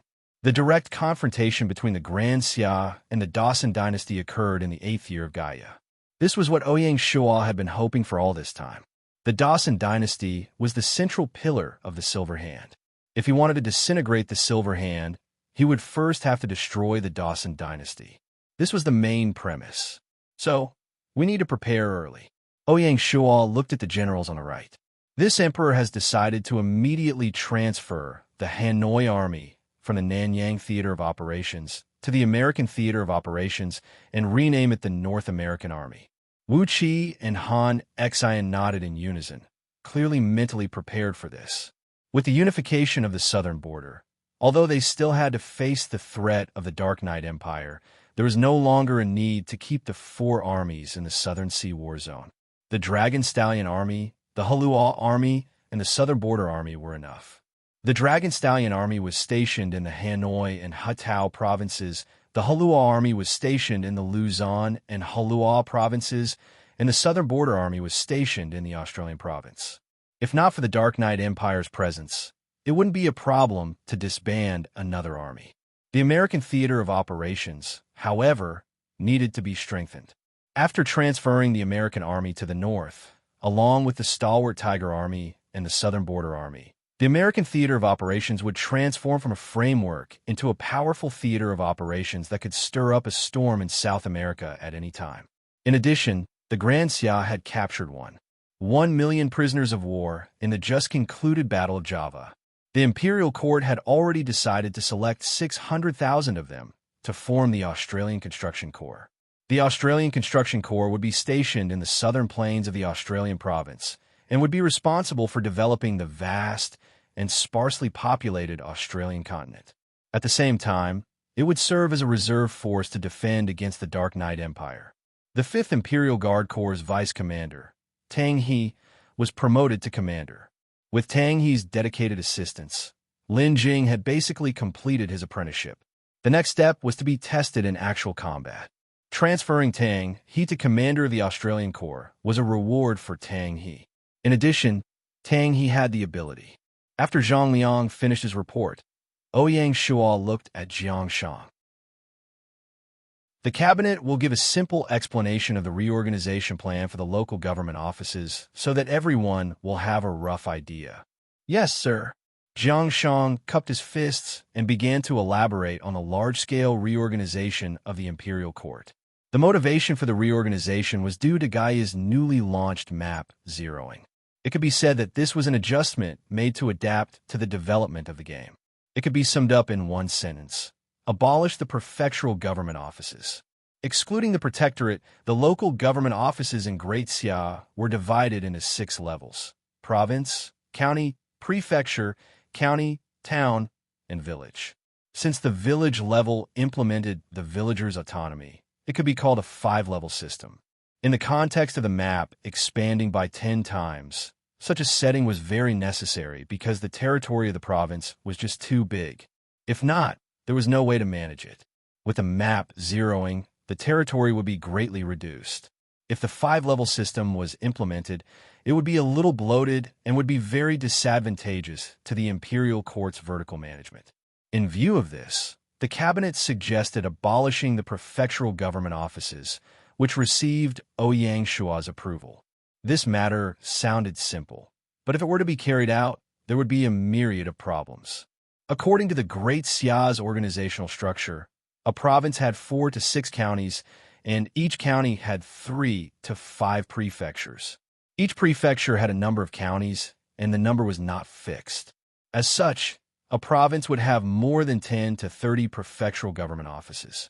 From an administrative point of view, the best way to abolish the prefectural government offices was to upgrade some of them to county governor offices and then demote most of them to county offices. Correspondingly, some of the county offices that had not developed would be demoted to towns. With history as a guide, it was reasonable for a province to have 8 to 12 counties. That was to say, it could double the existing county's foundation. One county would have 4 to 9 counties. The exact number would be determined according to the actual situation of each province. It had to consider the organization as well as the historical and geographical barriers, but it was best not to exceed the upper limit. After the adjustment, the 3 levels of provinces, counties, and counties would basically achieve flat management. What followed was the most troublesome issue of human resources. According to this plan, only a few prefectural magistrates would be promoted to county governor, while most of them would be demoted to county magistrates. The county magistrates who were demoted would also lose their positions. This is also a good thing. We have squeezed out the useless people in the yamen, making the entire internal affairs system more efficient. Jiang Shang was very optimistic. He explained, the promotion and demotion will be based on the year-end evaluation. Evaluation? Ouyang Shua's expression was a little playful. He said lightly, the imperial court cannot treat evaluation as a golden rule. I have heard that there have been many tricks in the evaluation in the past 2 years. In the end, evaluation was still done by people. Since that was the case, there was definitely room for maneuver, especially for the 3 levels of counties, prefectures, and counties. The imperial court could not take care of them. Over the years, how many officials had been promoted under the guise of the evaluation? Ouyang Shua had a rough idea. However, even if the Mountain Sea Guard were spread throughout the empire, they could not do everything in detail. If the situation was not too bad, Ouyang Shua did not want to let a spy organization like the Mountain Sea Guards extend their tentacles into the local grassroots. That would only raise a monster. The Mountain Sea Guards were mainly focused on the imperial court and the provincial governors. Hearing this, Jiang Shang and the others sweated slightly. They knew that His Majesty was using this as a warning to the imperial court and the imperial court. The imperial court will work with the 4 great halls and the imperial censorate to send a supervisory team to the various provinces. They will be stationed in the local yamen to supervise the evaluation and organizational changes, Jiang Shang said on behalf of the imperial court. Ouyang Shua nodded. He knew that this was all the imperial court could do. The supervisory team that the imperial court will send will be limited to the Jiangyi region and the Central Plains. The protectorate will be responsible for supervising the 4 protectorates. Hearing this, Bai Hua, Mulan Yue, Tao Wu, and the Siege Lion all nodded with different expressions on their faces. Without a doubt, the supervisory team was not only a supervisor, but it also contained great power. It could decide the promotion of the officials in the entire region and the pattern of the reshuffling of the civil officials. This was originally a privilege of the imperial court. This could be said to be the first time that His Majesty had given this authority to the protectorate. This was a trust, but also a test. If the final adjustments were made and the protectorate was in a mess, they would not have the face to return to the capital. Chapter 1286. After Jiang Shang finished talking about the abolition of the magistrate office, Ouyang Shua looked around and said, then, let's discuss the replacement of the Pacific Fleet. The officials on both sides looked at each other with sparks in their eyes. There was a huge disagreement between the officials and the military on this topic.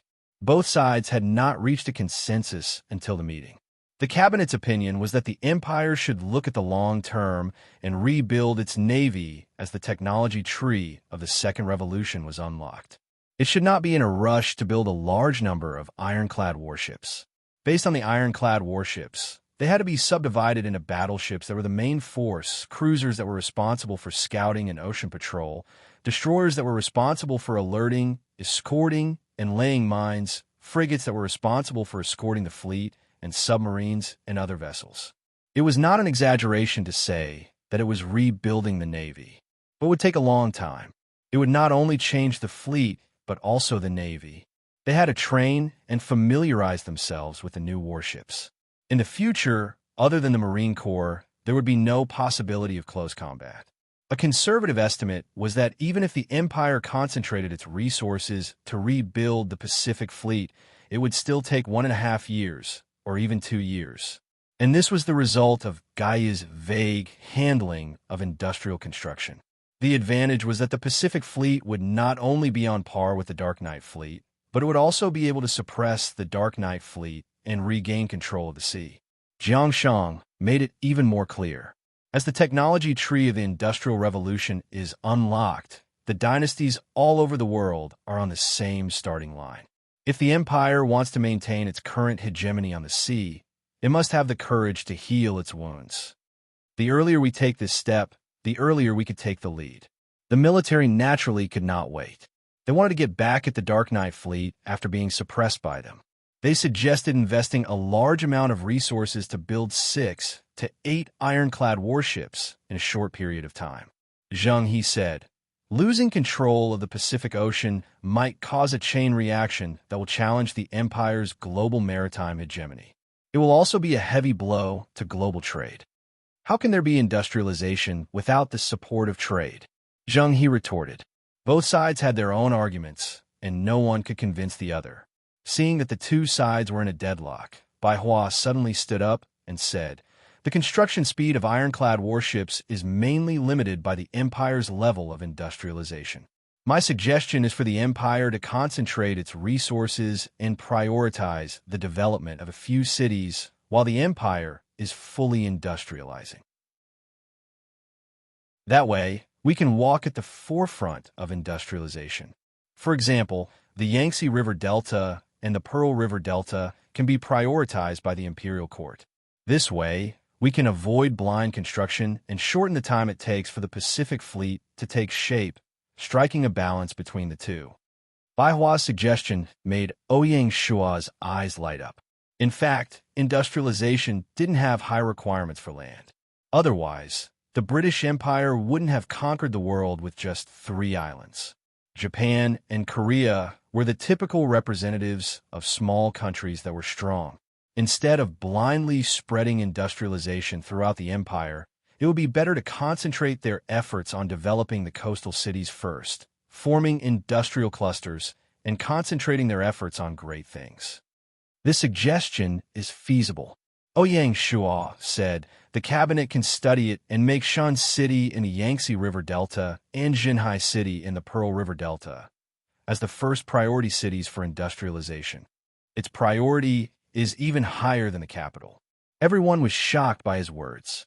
Jiang Shang replied, "Your Majesty, won't that shake the capital's position as the economic center?" Ouyang Shua smiled. "I have never said that the capital should be the economic center. As the capital of the empire, the capital has to be the political and cultural center, but it doesn't have to be the economic center. With the wave of industrialization, the geographical location of the capital has determined that it will be very difficult for it to shoulder the burden of the empire's economic center. Forcefully developing the capital will only result in a waste of resources." When the ministers heard this, they fell into deep thought. In history, there were countless countries whose political and economic centers belonged to different cities. It was not a strange phenomenon. Inspired by Bai Hua, Ouyang Shua said, "Shun City and Jinhai City can be the first priority cities. In addition, Edo, Pusan, Binhai, Haijin, Jiaodong, Zhoushan, Quanzhou, Yinan, and Shicheng can be the second priority cities. Inland, Huaining, the capital, Luoyang, Xianyang, Chengdu, Jianye, and Dali could be the third priority cities. At the same time, the southern region in Africa can also be given priority to develop 1 or 2 cities. Ouyang Shua's words drew a new blueprint for the empire's industrialization. With the advancement of industrialization, the fate of the cities and even the provinces was about to usher in a new reshuffle. For example, Shun City, which used to be a prefectural city, was about to rise to the same level as Jianya City. In the future, it might even surpass Jianya City and become the new economic center of the empire. 2/3 of the cities in the second priority cities were unknown. In the next few years, they would rapidly soar through the wave of industrialization and become the new dazzling pearl of the empire. The development of new cities would also become a new growth point for the empire's economy. In order to appease the military, Ouyang Shua made a decision on the spot. While we're doing our best to develop Shin City, we will build a brand new world-class shipyard called Jiangnan Shipyard. It will be independent of the Huaxia Shipbuilding Group and directly under the management of the Asset Management Department. Before the end of the year, the Pacific Fleet must complete the upgrade. Ouyang Shua even gave a firm order. Only then did the military officials relax a little. It wasn't that they didn't have foresight, but because of the glory of the soldiers, they couldn't bear the humiliation of being defeated by the enemy. The Great Xia army hadn't tasted such humiliation for a long time. The cabinet didn't say anything else. Under the circumstances that industrialization wasn't fully spread, it would be much easier to allocate resources by concentrating on the development of coastal cities. 1 year was enough. In the 8th year of Gaia, I'm afraid the empire's ocean trade with South America will be affected, Jiang Shang said. This reminded Ouyang Shua. In response to the request of the Indian Empire for arms trade, I mean to sell all the obsolete matchlock guns and cannons to them. What do you think? It's feasible. Du Ruhui was in charge of the Privy Council and naturally had the most say. According to the statistics of the Privy Council, there are about 500,000 matchlock guns and more than 1,000 cannons in the warehouses. The Combat Readiness Department doesn't know what to do with them. They are left idle in the warehouses, and the maintenance costs alone are not cheap. If we sell them, we can kill 2 birds with 1 stone. A conservative estimate was that this batch of arms could be sold for at least 12 million gold coins. Ouyang Shua nodded in satisfaction. Then hurry up and transport this batch of arms to South America before the war in Hawaii ends and the sea route is smooth. In addition, half of the transactions with the Indian Empire will be paid in gold coins, and the other half will be converted into rations. All of them will be hoarded in Ho County. Understood. Du Ruhui understood tacitly. 6 million gold coins worth of rations was enough to support the American theater of operations for a year. In addition, take this opportunity to build a number of military factories in Ho County, especially those that produce bullets and cannons. Before the Indian Empire establishes an industrial system, we can still make a lot of money, Ouyang Shua instructed. Du Ruhui nodded. She had a deep understanding of Her Majesty's greed. Also, Ouyang Shua wasn't done yet. Test them and see if they have any plans to buy warships. Some of those obsolete warships can be sold, and the rest can be transformed into supply ships. Du Ruhui noted them down. From the looks of it, Her Majesty wanted to take the opportunity to drain the Indian Empire's treasury. Du Ruhui felt a little sorry for the Indian Empire. Even if they won the war with the Spanish dynasty, they would probably be greatly weakened. At that time, would they still be able to stop the empire's expansion in South America? Based on Du Ruhui's understanding of Her Majesty, although this time he agreed to the Indian Empire's request to purchase arms, they would only be selling obsolete weapons. Making money was secondary. Her Majesty's real intention was to let the war between the two countries continue like this, to maintain an undefeated situation. If the Indian Empire successfully settled the Argentine region, would the Indian Empire still be able to complete the expansion of Great Xia in South America? Therefore, for the Empire, this was the best result. It seemed that the Indian Empire's repeated insubordination had made Her Majesty quietly remove them from the list of allies. In the future, they could only be regarded as partners. They might even become rivals in South American affairs. Chapter 1287. Next, let's talk about the martial arts department. This was another issue that involved both the military and the government. It required the cooperation of both sides. This issue was triggered after the destruction of Java. After knowing that a large number of Java professional players chose to stay, Ouyang Shuo had been thinking about how to strengthen the supervision of this group. From the Java adventurers, it would spread to all the adventurers within the empire. As the empire's territory stabilized, the focus slowly shifted from the outside to the inside. The adventurers, due to their extraordinary martial arts skills and weapons, became the biggest threat to the empire's security. Due to the environment of the game, it was impossible to forbid civilians from owning weapons. If it were to be forcefully implemented, it would be a great crime. There was an old saying, "It's better to disperse than to block." The best way was to have an organization that could effectively guide the adventurers. If necessary, they could supervise them and keep the risk under control. Ouyang Shuo immediately thought of the martial arts department. Previously, due to a case of robbing the rich to help the poor in Minnan, the imperial court increased the supervision of the martial arts sections. This was how the martial arts department was established. This time, Ouyang Shuo planned to expand the functions of the martial arts department. The supervision of the martial arts sects was expanded from the martial arts sects to all weapon-wielding martial artists within the empire. Due to the strength of the mutants, the martial arts department had to expand in order to control the situation. First, they would expand the headquarters. Then, they would set up branches in all the counties and spread their tentacles throughout the empire. That was impressive. It was easy to think of organizations like the Imperial Secret Service in history. As such, the martial arts department changed from a purely supervisory organization to a violent organization that had both supervision and deterrence functions. After the expansion of the martial arts department, they could almost fight against the mountain sea guards who were hiding in the dark. The headquarters of the martial arts department adopted a strong lineup of 1 commander, 1 deputy commander, and 3 guards. The original commander, Lin Yu, was demoted to a guard. Lin Yu, who was born in the martial arts world, could not control the situation. As for the commander, Ouyang Shuo decided on one of his most trusted generals, General Eli. Old K, who was also a fierce general, would take over Eli's position as the commander of the South Asian Army. That's right, Ouyang Shuo wanted to use the power of the military to suppress the martial artists and establish a strong image of the martial arts department in a short period of time. For this, he did not hesitate to transfer a general commander to guard the place. Eli was not the only one who was transferred to the martial arts department. There was also a group of soldiers in the army. Among them were spearmen and cavalry who had been removed from the Imperial Guards. They were true elites who had been through hundreds of battles. These elites had no market on the battlefield.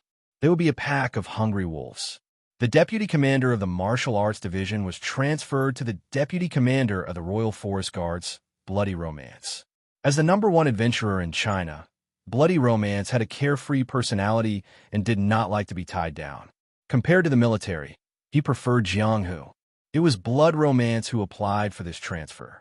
When Bloody Romance left the Royal Forest Army, the vice commanders of the Royal Forest Army joked that Bloody Romance was going to unify Jianghu and become the leader of the martial world.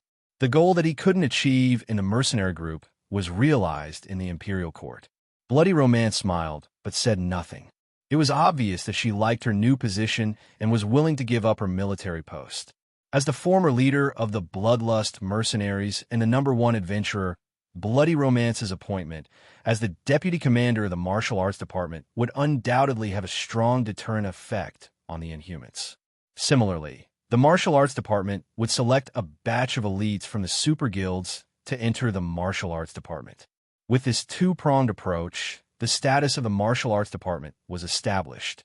With the full support of Ouyang Shuo and the Imperial Court, it was believed that no mutant or mutant organization would dare to provoke the martial arts department. Otherwise, what awaited them would be a storm of attacks.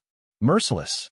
According to the requirements of the martial arts department, all martial artists within the borders of the empire, regardless of whether they were martial artists or mutant adventurers, had to register and report to the martial arts department branch where they were registered.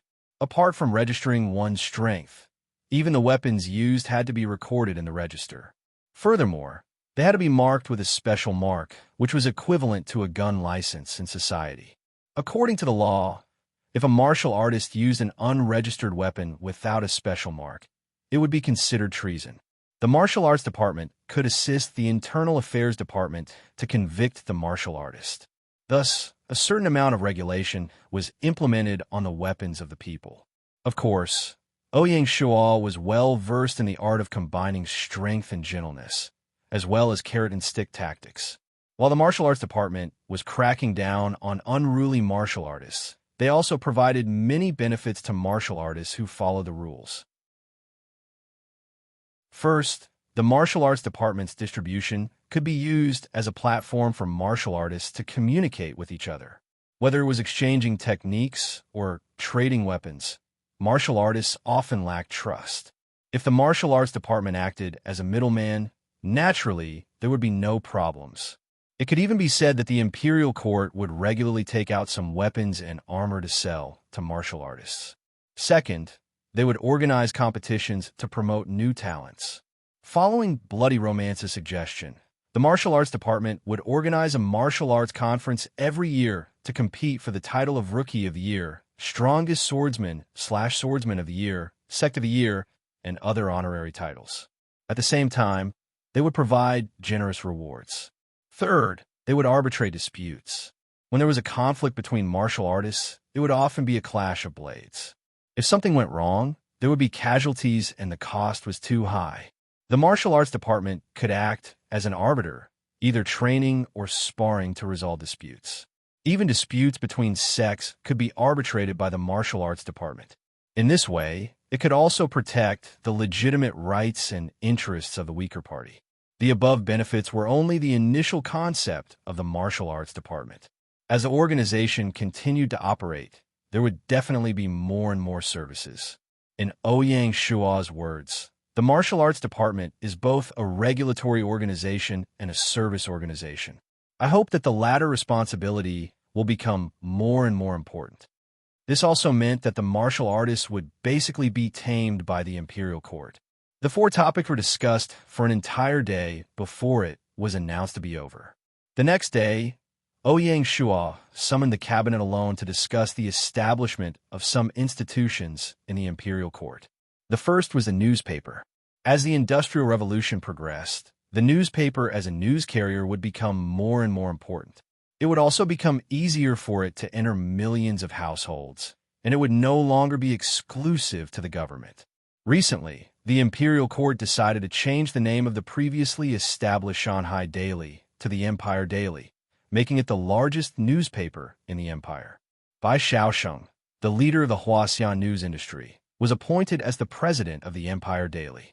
Without the freedom of Royal City, Bai Xiaosheng's news group had to act according to the empire's wishes.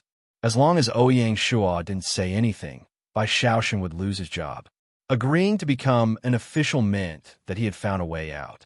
It was a great honor for Bai Xiaosheng to be in charge of the Empire Daily. After all, other than publishing information, the newspaper also carried the function of propaganda and guiding public opinion. It was the empire's mouthpiece. In addition, the empire would also establish other newspapers, such as the Great Siam Military News, Life Weekly, Half Moon Talk, 100 Schools of Thought, Industry News, and so on. At the same time, the imperial court also allowed the provincial government to establish local newspapers, such as the Southern Border Daily organized by the Protectorate of Southern Border, the African Weekly organized by the Protectorate of Africa, and so on. In this way, it would greatly enrich the people's spare time. Knowing the world's events without leaving home would no longer be a privilege of Zhuge Kongming. Every ordinary person in Great Xia would be able to do this. In view of the increase in newspapers, Ouyang Shuo decided to establish the press and publication department outside of the 4 great academies to be in charge of the empire's press and publication industry. It would supervise, guide, and regulate the emerging press and publication industry. In addition, in order to develop the empire's sports industry, Ouyang Shua decided to establish the sports department to be in charge of the empire's sports industry. It would prioritize the development of track and field, polo, kuju, wrestling, and the marathon. In particular, Huasia's traditional sports, such as polo and kuju, had to be vigorously promoted. The sports department was naturally independent of the four great academies. As such, in addition to the four great academies, under the cabinet, the imperial court had established the industry department, Great Xia Bank, transportation department, asset management department, press and publication department, as well as the sports department. This was necessary for the empire's development, as well as to weaken the power of the four great academies. After the establishment of the sports department, its first mission was to organize the empire's first national sports meet. It would be a pioneer in the empire's sports industry, allowing the empire's athletes to showcase their brilliance in the capital. In order to give the various regions time to prepare, the empire's sports meet was temporarily set to be held in the 8th year, 11th month.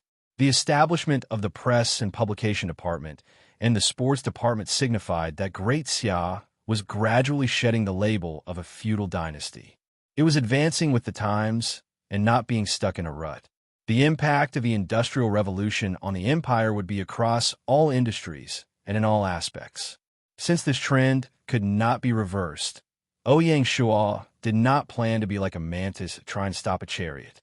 Instead, he took the initiative to go along with the trend, changing from a passive defense to a proactive one. He wanted to be an eternal trendsetter, standing at the forefront of the tide. Chapter 1288. In the blink of an eye, it was New Year's Eve. At the banquet in the palace, Binger, who was wearing a light red dress, became the most eye-catching presence. After the new year, Binger will be 16 years old. She would be a real young girl. She had done the ceremony last year according to the ancient customs. According to the ancient customs, she was already an adult. Therefore, before the new year, Binger, who had been observing politics in Xiongzhou County for 2 years, was transferred to the secret literature pavilion by Ouyang Shua. She was officially given the position of secretary and stepped into the officialdom of Great Xia. After 5 years of hard work and 2 years of observing politics, Binger had changed from a naive girl to a new star in the government. For a moment, a storm was brewing. Observing politics and participating in politics were only one word apart, but they were worlds apart. His Majesty's intention of letting the eldest princess enter the pavilion of secret texts to gain experience and train a successor was already very obvious. Under such circumstances, Binger, who had appeared at the royal family's New Year's Eve banquet, naturally became the focus of the entire audience. Ouyang Shua even arranged for Binger to sit on the right side, raising her status in the royal family. Of course, the ministers were unable to guess Ouyang Shua's true intentions. It was already the 8th year of Gaia. If there were no accidents, there were only 3 years left until the fleet arrived on Planet Hope. Time was of the essence, and Ouyang Shua was already planning for Planet Hope. By the time the interstellar fleet arrived on Planet Hope, Ouyang Shua's main focus would have to shift from the game world to the real world. He would have no time to take care of the empire in the game. After 10 years, the game world had already formed its own system. It was an inseparable part of reality. Even after arriving at Hope Planet, it would continue to operate. The game world would become a long-term platform to nurture artificial intelligence and train in humans. Under such circumstances, Ouyang Shua needed someone he could absolutely trust to oversee the game world and maintain the operations of the Great Xia Empire. Binger was undoubtedly the most suitable candidate. Bing, who had been brought up by Ouyang Shua and had been raised by him. In the future, between the two of them, one would guard the Hope Planet while the other would guard the game world. It was the perfect combination. Ouyang Shua could only hope that Binger would grow up quickly. That was why, after Binger had been observing politics for 2 years, he stood his ground and took her by his side, training her well. Ouyang Shua had only told his wife Songjia about this. Even Binger herself did not know about it, let alone the officials in the court. It was normal for there to be some discussions. After the New Year's Eve, it was the new year. Compared to previous years, Because of the unification of Huaxia, the people of Huaxia celebrated this new year more meaningful. With the end of the Civil War, the people had reason to look forward to a better life in the coming year. February 10th, the capital, the Imperial Assembly Hall. The Imperial Auditorium was a magnificent Chinese-style building located in the northwest corner of the Imperial City. It had only been completed last October, and it was the center for large-scale gatherings and performances in the empire. It was known as the Pearl of the Capital. Next to the auditorium was the Imperial Grand Theater, where traditional Chinese operas were performed every day. During the new year, top operas such as The Peony Pavilion, Romance of the Western Chamber, and Farewell, My Concubine were performed one after another. It was an honor to be able to appear on the stage of the Imperial Grand Theater. This year, the Imperial Court was also planning to build a stadium and a court around the two landmarks to form a cultural center. The cultural and sports undertakings of the empire were flourishing. The Xia Kingdom's rule of divine martial arts had already surpassed that of any other dynasty. At around 9 in the morning, the auditorium was already filled to the brim. Looking around, it was filled with bigwigs of the literary world. There were poets led by Li Bai and Du Fu, and lyricists led by Su Shi and Wen Tingyan. There were dramatists led by Tang Xinzu, ancient writers led by Han Yu, and novelists led by Chao Shuichen. Other than that, there were also scholars from the southern border, Africa, and the Americas. They represented the highest standard of the literary world in the empire. All the bigwigs were gathered here to attend the empire's first literary symposium and founding conference of the empire's Writers' Association. At the same time, the Presidium of the Writers' Association would be elected. In Ouyang Shua's words, a flourishing era should have a flourishing atmosphere. A new era requires new works. Be it poems, songs, novels, or dramas, it's time for them to blossom. It was under this principle that the empire's cabinet personally took the lead to establish the Writers' Association. Scholars spanning thousands of years, bearing the weight of different literary genres, clashed together in a new time and space. There was bound to be new insights and inspiration. A great era will give birth to great works. Gaia's 8th year was a new watershed for Great Xia. The empire would shift from purely competing for hegemony and economic development to economic, cultural, military, and social development. February 25th, Hawaii County, Honolulu. During the Spring Festival, the entire Great Xia was celebrating and enjoying a rare holiday. However, there was a group of special people who were unable to leave their posts and reunite with their families due to their missions. They were the Great Xia soldiers. From the 5th day of the first month, Ouyang Shua began a condolence tour. Jiangyu War Zone, Central Plains War Zone, North Asia War Zone, West Asia War Zone, Nanyang War Zone, Africa War Zone, and finally the Americas War Zone. Fortunately, there was a teleportation array, or he wouldn't have been able to make it there. Among them, the North Asia, West Asia, and South Asia war zones were the focus of Ouyang Shua's condolence tour. They guarded the borders of the empire and contributed silently. They were a group of the most adorable people. In the Africa and Americas war zones, Ouyang Shua said some morale-boosting words, calling on the entire army to welcome new battles with a new atmosphere after the disarmament. As long as life lasts, the battle will not end. With this, he sounded the battle horn of the Empire's Gaia 8-year war. At the same time, Ouyang Shua also inspected the Pacific Fleet and the Atlantic Fleet. He personally boarded the flagship to declare his unwavering faith in the Navy and the ocean. By the time he finished his tour, the Lantern Festival had already passed. Ouyang Shua chose Honolulu for the last stop of his journey. This was the only place in the empire that was still fighting during the Spring Festival. The 1st Regiment of the Brave Tiger Army had been fighting with the Dark Knight Army for more than a month, but Honolulu was still standing. The proud Dark Knight Empire was completely stunned by Great Xia. After paying the price of nearly 100,000 casualties, they still couldn't conquer the small Honolulu. After this battle, the higher-ups of the Dark Knight Empire would probably have to wake up and consider whether they really had the strength to challenge the hegemony of Great Xia. At least on land, they were still far from it. This was basically all the brave Tiger Army could do.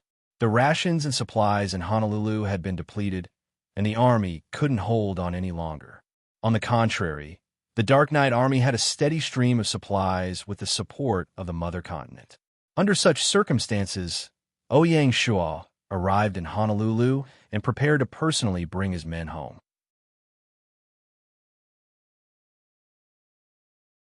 Chapter 1289.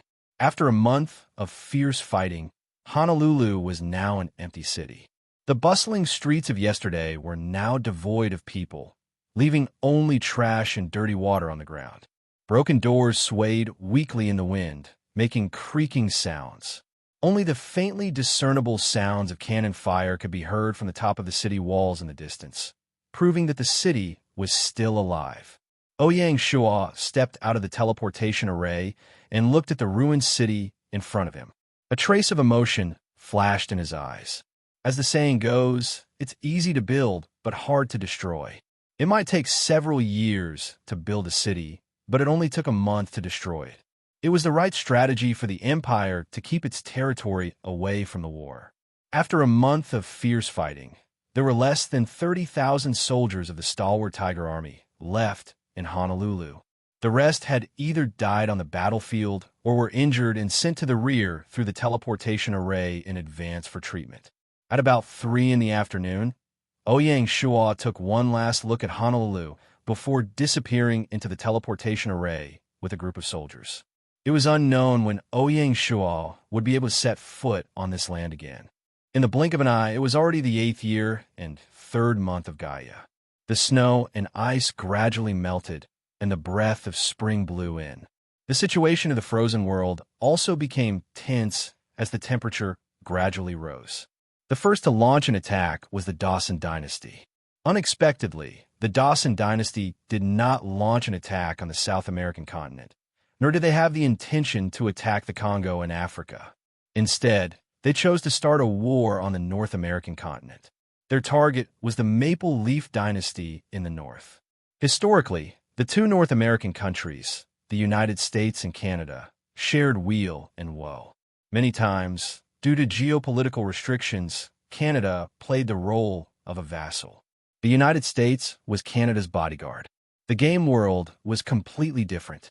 The Dawson Dynasty was the main force of the Silverhand faction and was the absolute core, while the Maple Leaf Dynasty was the backbone of the Azure Emblem faction.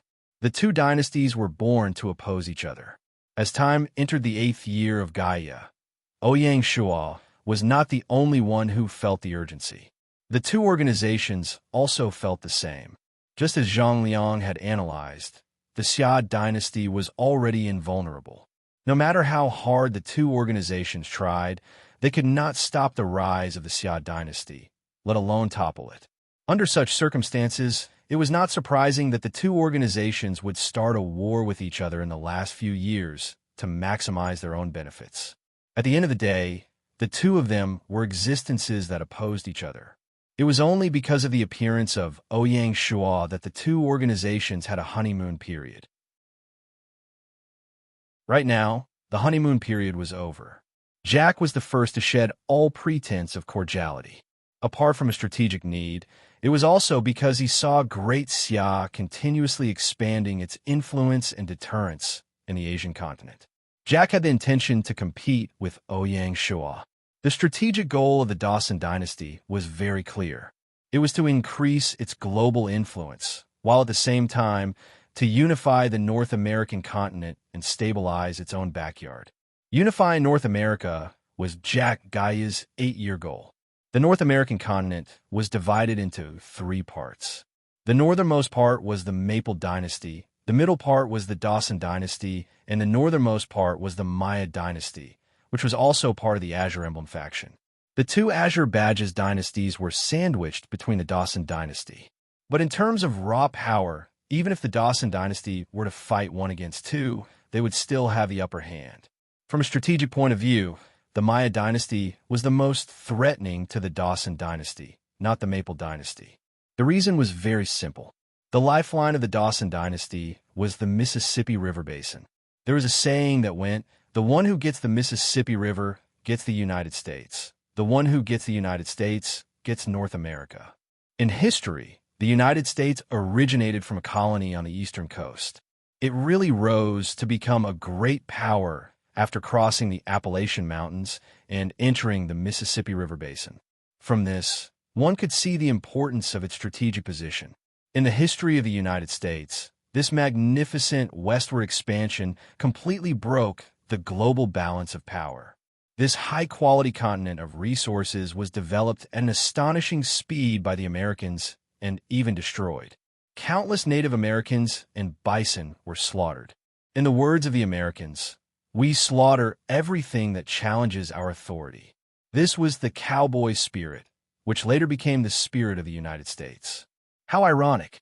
Compared to China's thousands of years of agriculture, the United States' development of the United States in more than 100 years was really an astonishing logging movement. The Mississippi River Basin watered 1/3 of the land of the Dawson Dynasty. The convenient inland shipping network allowed the vast interior of the Dawson Dynasty to have an outlet to the sea. Its rich products could be transported to all parts of the country and the world at a very low cost.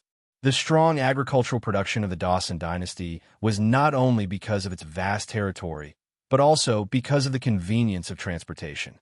In comparison, the Siberia under the control of the Romanov dynasty, although the territory was larger because it did not have an outlet to the sea and a developed canal system, the value of the land was greatly reduced. However, the estuary of the Mississippi River was located in the Gulf of Mexico. If the Gulf of Mexico was controlled by the Mayan dynasty, it would be fatal to the Dawson Dynasty. Fortunately, Jack was very far-sighted. Before the Mayan dynasty was established, the Dawson Dynasty's navy had firmly controlled the Gulf of Mexico. Not only that, Jack had taken one step further and controlled the Panama Canal. But there were variables. Once the Mayan dynasty rose in revolt and started a battle for control of the Gulf of Mexico, it would be a time bomb for the Dawson Dynasty. Therefore, from a conventional point of view, if the Dawson Dynasty wanted to unify North America, they should first conquer the Mayan dynasty and completely eliminate this hidden danger. In comparison, because the Maple dynasty was vast and sparsely populated, most of the land could not be cultivated. The population and cities of the Maple dynasty were concentrated in the border area with the Dawson dynasty, which was not enough to pose too much of a threat to the Dawson dynasty. Jack, on the other hand, did the exact opposite. The logic, in Ouyang Shua's view, should be confidence. Jack was confident that he could attack the Maple dynasty while also resisting the attack of the Mayan dynasty. In this way, it didn't matter who attacked first. After taking down the Maple dynasty, Jack would turn his spear and deal with the Mayan dynasty. Among the 3 dynasties in North America, the Dawson dynasty had a total of 30 million players, while the Maple dynasty only had a pitiful 4 million. On the other hand, the Mayan dynasty had a total of more than 15 million players, which was equivalent to half of the Dawson dynasty. Fortunately, the northern part of the Mayan dynasty was a desert area with the Dawson dynasty. If the Mayan dynasty wanted to ally with the Maple dynasty, they would probably have to be prepared to pay a huge price. It was just that they didn't know if the Azure Badge had the determination and the ability to mobilize. In short, in the coming period of time, the North American continent was bound to be filled with smoke. Chapter 1290. March 5th, Jingshi. At 10:00 in the morning, Ouyang Shua summoned Di Chun, who had just returned from Europe, to the imperial study. On this trip to Europe, Di Chun took it as a way to relax and help the empire establish a fragile dialogue mechanism with the 6 dynasties of Europe. Finally, the barrier between them was broken. The most active response was from the Germanic dynasty, which had little to do with Great Xia before. Ouyang Shua certainly understood the reason. With the start of the war in North America, the Silver Hand and the Azure Badge had officially fallen out. The situation of the Silver Hand and the 5 dynasties encircling the Germanic dynasty had gradually become clear. This war that would determine the fate of Europe could break out at any time. The Germanic dynasty, which was at a disadvantage, naturally wanted to find new allies. In the whole world, only Great Xia had the ability to intervene in the war in Europe. Ouyang Shua didn't express his opinion on the appeal of the Germanic dynasty. Before the Azure Badge offered a sufficient price, Ouyang Shua wouldn't intervene in the war in Europe. Pack up and visit the Maple Dynasty and the Maya Dynasty, Ouyang Shua said. Dichen didn't understand. The Maple Dynasty? The Maple Dynasty was facing the invasion of the Dawson Dynasty. It was only a matter of time before it was destroyed. What was the point of visiting the Maple Dynasty now? Was he going to send troops to help the Maple Dynasty? Yes. Tell the Maple Dynasty that as long as they can afford it, Great Xia can sell flintlocks and the latest cannons, Ouyang Shua said slowly. As firearms gradually became the main character in the war, the industrial base of the dynasty often became one of the key factors in the war. After all, flintlocks and cannons, including ammunition, were all consumables. Without a strong industrial base, it was difficult to produce enough firearms and ammunition in a short period of time. The Maple Dynasty had too few people. In this respect, it was obviously inferior to the Dawson Dynasty. Once the war entered a stalemate, the Maple Dynasty was likely to be unable to resist due to lack of support. But Great Xia was different. As one of the first dynasties in the world to start industrialization, it had a vast territory and a strong talent pool. Flintlocks and cannons had been produced in a streamlined way. On the basis of satisfying its own needs, Great Xia still had spare capacity to sell firearms and ammunition. On the other hand, selling firearms and ammunition to the outside could not only make a fortune from the war, but also promote the industrialization of new cities such as Shun City and Jin City, forming a virtuous circle. This was equivalent to saying that Great Xia was using other people's money to develop their own cities, killing two birds with one stone. This situation was a bit similar to the situation in the United States during World War II. Because the mainland was far away from the main battlefield, the country increased its investment in the military industry and became the biggest creditor of the European countries. After the war, the United States became the most industrialized country. Currently, Great Xia was peaceful and had no enemies around it. It was very similar to the United States in history. This time, Ouyang Shua wanted to be the biggest winner behind the World War. Aside from the strategic considerations, selling firearms to the Maya Dynasty and the Maple Leaf Dynasty and causing the Dawson Dynasty to be trapped in the North American battlefield was also in line with the Grand Xia's interests. It was beneficial to the Grand Xia's global plans. Dichen was silent for a long time. Only now did he realize how big of a gap there was between the two of them in terms of strategic vision. Some people were born leaders with great foresight. It didn't mean that just because they were born in an aristocratic family and received elite education from a young age, they would definitely be able to stand at the peak.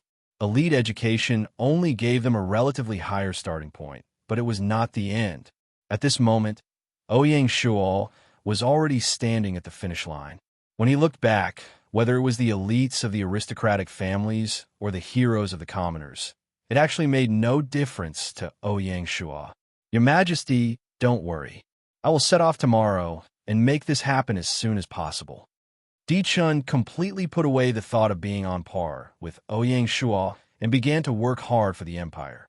Ouyang Shua just smiled. North America was filled with the smoke of war. The situation in Europe was changing, but the Asian continent was not calm either. In the Indian region, a year ago, the Ayodhya dynasty suffered heavy losses in the Tubo battlefield. Faced with the joint attack of the Peacock dynasty and the Gudao dynasty, they were beaten back step by step. After winter, the war temporarily stopped, giving the Ayodhya dynasty a rare breathing space. After spring, the civil war in India started again. This time, the Peacock dynasty and the Gudao dynasty both used their full strength. They had to completely destroy the Ayodhya dynasty and redivide the power structure in India. The only thing that was beneficial to the Ayodhya dynasty was that the Ganges Plain, with the capital city of Delhi as the center, was the most fertile land in India and the birthplace of the Ganges civilization. The Ayodhya dynasty had the geographical advantage, with a high population density and sufficient food. This was the biggest trump card that the Ayuda dynasty could use to fight against the two dynasties. Even so, under the circumstances that there were no other variables, facing the continuous attacks of the two dynasties, the fall of the Ayuda dynasty was probably only a matter of time. Then there was the Persian Empire. After the fall of the Mongolian Empire, Ogdi fled to the Persian territory with the rest of his troops. He used the Persian cities that he had captured as a stronghold and barely survived. Throughout the winter, the Persian Empire seemed to be indifferent to this. After spring, this silent empire finally revealed its claws and teeth. It sent an army to the east under the banner of recovering lost land, preparing to destroy the Ogdi tribe and take back the cities that were captured by the Mongolians. Ironically, the Mongolians had used the same banner for their western expedition. As soon as the news came out, the Honlu Temple of Great Xia immediately sent an envoy to Persia and said righteously, "The Mongolian Empire has surrendered to the Great Xia." According to the law, the cities that the Mongolians have occupied, whether within or outside their borders, should belong to the Great Xia. Therefore, the 13 cities in Persia are, in fact, the territory of the Great Xia. How to deal with the Ogdi tribe is the internal affairs of the Great Xia. Please do not interfere without permission. Otherwise, it will be a provocation to the Great Xia. As soon as this was said, the Persian Empire was put in a difficult position. If they sent out their troops, they were worried that they would provoke the Great Xia. If the Great Xia also intervened in this war, the Persians might not be able to gain an advantage. They might even suffer a double loss. Once they became enemies with the Great Xia, the consequences would be unimaginable. However, if they stopped their infantry because of this warning from the Great Xia, not only would it damage the prestige of the Persian Empire, but they would also be unwilling to give up on the fat meat that was already in their hands. Moreover, these cities were originally theirs. Wasn't it only right and proper to take them back now? How did it become interfering with the internal affairs of the Great Xia in the blink of an eye? The Persian Empire was also very dissatisfied with the overbearing words and actions of the Great Xia. Voices of support for war rose one after another. Of course, there were also many who supported peace. If they could use this to exchange for peace with the Great Xia, it would be a great temptation to the Persian Empire. Just as the Persian Empire was wavering, an unforeseen event occurred.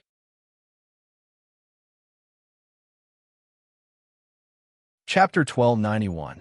On the 10th day of the 3rd month, just as the Persian Empire was in a dilemma, Ogdi suddenly led his troops to surrender to the Persian Empire, indirectly seeking protection from the Persian Empire. This caused the situation in West Asia to become complicated. Now that things had developed to this point, the Persian Empire no longer had a reason to refuse to take over their lost territory. If they were to admit defeat now, how could they continue to survive in the game world? Ouyang Shua didn't expect Ogdi to be so spineless. After the incident, Ouyang Shua had the Chamberlain of Dependencies send another note to the Persian Empire. Other than reaffirming the Great Xia's authority over the Persian 13 cities, they also requested the Persian Empire to hand over the war criminal Ogdi. The reason given was that Ogdi had ordered the closure of Kontan Pasha Castle, which led to the death of Great Xia Zhuangbin. This was a case, and the Persian Empire could not act shamelessly. Since the Persian Empire had accepted the surrender of the Ogdi tribe, they had to take responsibility for this case. Now, it all depended on how the Persian Empire was going to handle this matter.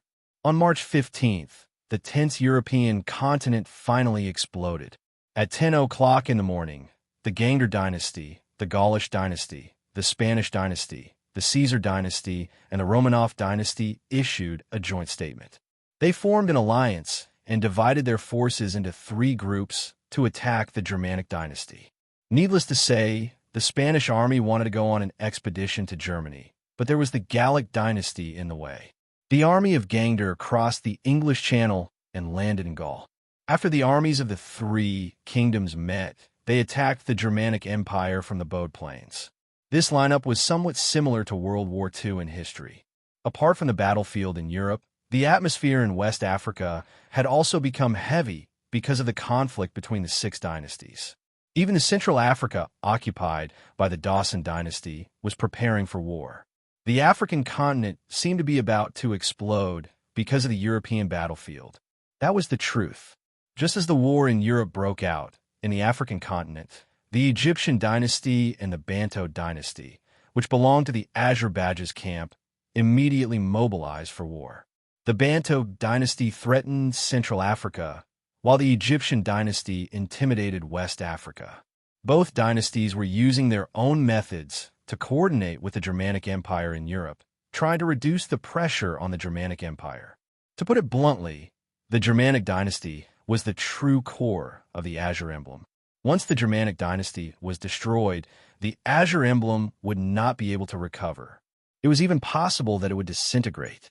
The two dynasties in Africa, or the Mando dynasty in the Indian region, would not be able to support the ambition of the Azure emblem.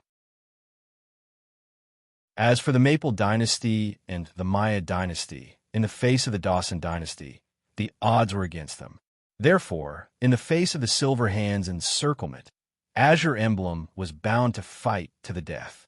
Unfortunately, there was a huge disparity between the overall strength of the two camps. Just as the Egyptian dynasty was preparing to march into West Africa to stir up trouble, the Arab Empire was also mobilizing for war. There was only the Suez Canal between the two dynasties. Not only that, even the Persian Empire, which was far away from the European continent, was preparing for war. They were ready to send their troops to the hinterland of the Germanic Empire through the Caesar dynasty. The poor Germanic dynasty was suddenly besieged on all sides. This time, the Silver Hand was going to go all out and kill the Germanic dynasty in one blow. After conquering the Germanic dynasty, the Silver Hand would control the European continent and the North American continent. They would have enough capital to fight against Great Xia. The strategic intention was very clear. Following the outbreak of the war in Europe, the Silver Hand and the Azure emblem were the two major factions on a global scale, setting off a world war. It was not an exaggeration to call it World War I. Under such circumstances, Great Xia, which was supposed to be actively expanding, was strangely quiet. Even after 3 months had passed, there was no sign of them mobilizing their troops. This made the two factions fight even more fiercely. April 1st, Jingshi, in the imperial study, Du Ruhui, the Minister of Internal Affairs, was giving a report. Reporting to Your Majesty, the matchlocks and cannons have been handed over to the Indian Empire. The other party has also followed the agreement and is sending the corresponding rations to the county. Ouyang Shuan nodded. The outbreak of the war in Europe was a great benefit for the Indian Empire. With the firearms sold by Great Xia, with a little training, the Indian Empire could launch a counterattack while the Spanish dynasty was trapped in the European battlefield. It was no wonder that Juarez was so straightforward when he handed over the rations. How long will it take to transport the rations? Ouyang Shua asked. Because the amount of rations is too large, it will take a month. Ouyang Shua nodded again and said, the war between the Dawson dynasty and the Maple dynasty will not end in a short period of time. For the American theater of operations, there is still plenty of time to prepare for the war. There is no need to rush. A few days ago, Di Chun had already made contact with the Maple dynasty. After learning that Great Xia was willing to sell firearms, the Maple dynasty didn't hesitate and immediately placed a super large order worth 30 million gold coins. This was the first order. With the help of these firearms, it was impossible for the Dawson dynasty to end the war quickly. Different from cold weapons, it only took 1 or 2 months to train a qualified gunman, and the quality of the soldiers wasn't very high. The Maple dynasty would definitely conscript soldiers. Even the mutants of the Maple dynasty, with the help of firearms, would participate in this war. The weakling that Jack thought would soon become an extremely difficult opponent. Apart from the Maple dynasty, the Mayan dynasty also placed a large order of 20 million gold coins. Because of this, the first batch of projects in Shun City, Zhenhai City, and other new industrial cities were basically related to the military. Waves of steel refining began in all the cities. Over in Africa, we need to maintain enough strategic resolve and make more preparations for the war. Don't act rashly, Ouyang Shua said. Strategically, it was impossible for Great Xia to take over the entire African continent. Even if they had the military power, they wouldn't be able to take care of internal affairs. Blindly expanding the territory of the African Protectorate would only burden the empire. After taking over East Africa, Ouyang Shua only coveted South Africa and North Africa. The former controlled the Cape of Good Hope, while the latter controlled the Suez Canal and the Mediterranean Sea. As for Central and West Africa, they weren't the empire's cup of tea. However, each of them was occupied by a dynasty, so it wouldn't be easy to start a war. Ouyang Shua was waiting for an opportunity. He believed that as the war in Europe continued to advance, there would definitely be a chain reaction in Africa, and that would be the opportunity for Great Xia. Du Ruhue replied with a smile. General Bai Qi will definitely understand your intentions, Your Majesty. Ouyang Shua nodded. Just as he was about to tell Du Ruhue about West Asia, the hand seal scholar of the secret text pavilion, Cyan, suddenly walked in. Your Majesty, there's an esteemed guest outside the palace. Let the Chamberlain of Dependencies receive him. Ouyang Shua felt a bit strange. Cyan's expression was a bit strange. Your Majesty, it is better for you to meet this esteemed guest in person. Oh, Ouyang Shua's brows furrowed. Cyan, he wasn't someone who didn't know the gravity of the situation. Since he said so, then this guest must have an extraordinary background. Up until now, the number of esteemed guests that Ouyang Shua had to personally receive could be counted on one hand. Cyan, he said a name. Ouyang Shua was flabbergasted. It's actually him. All right, I will personally receive him. Your Majesty, this humble subject will take his leave first. Du Ruhue was very tactful. Ouyang Shua nodded. He stood up and followed Cyan out of the imperial study, preparing to meet this mysterious guest.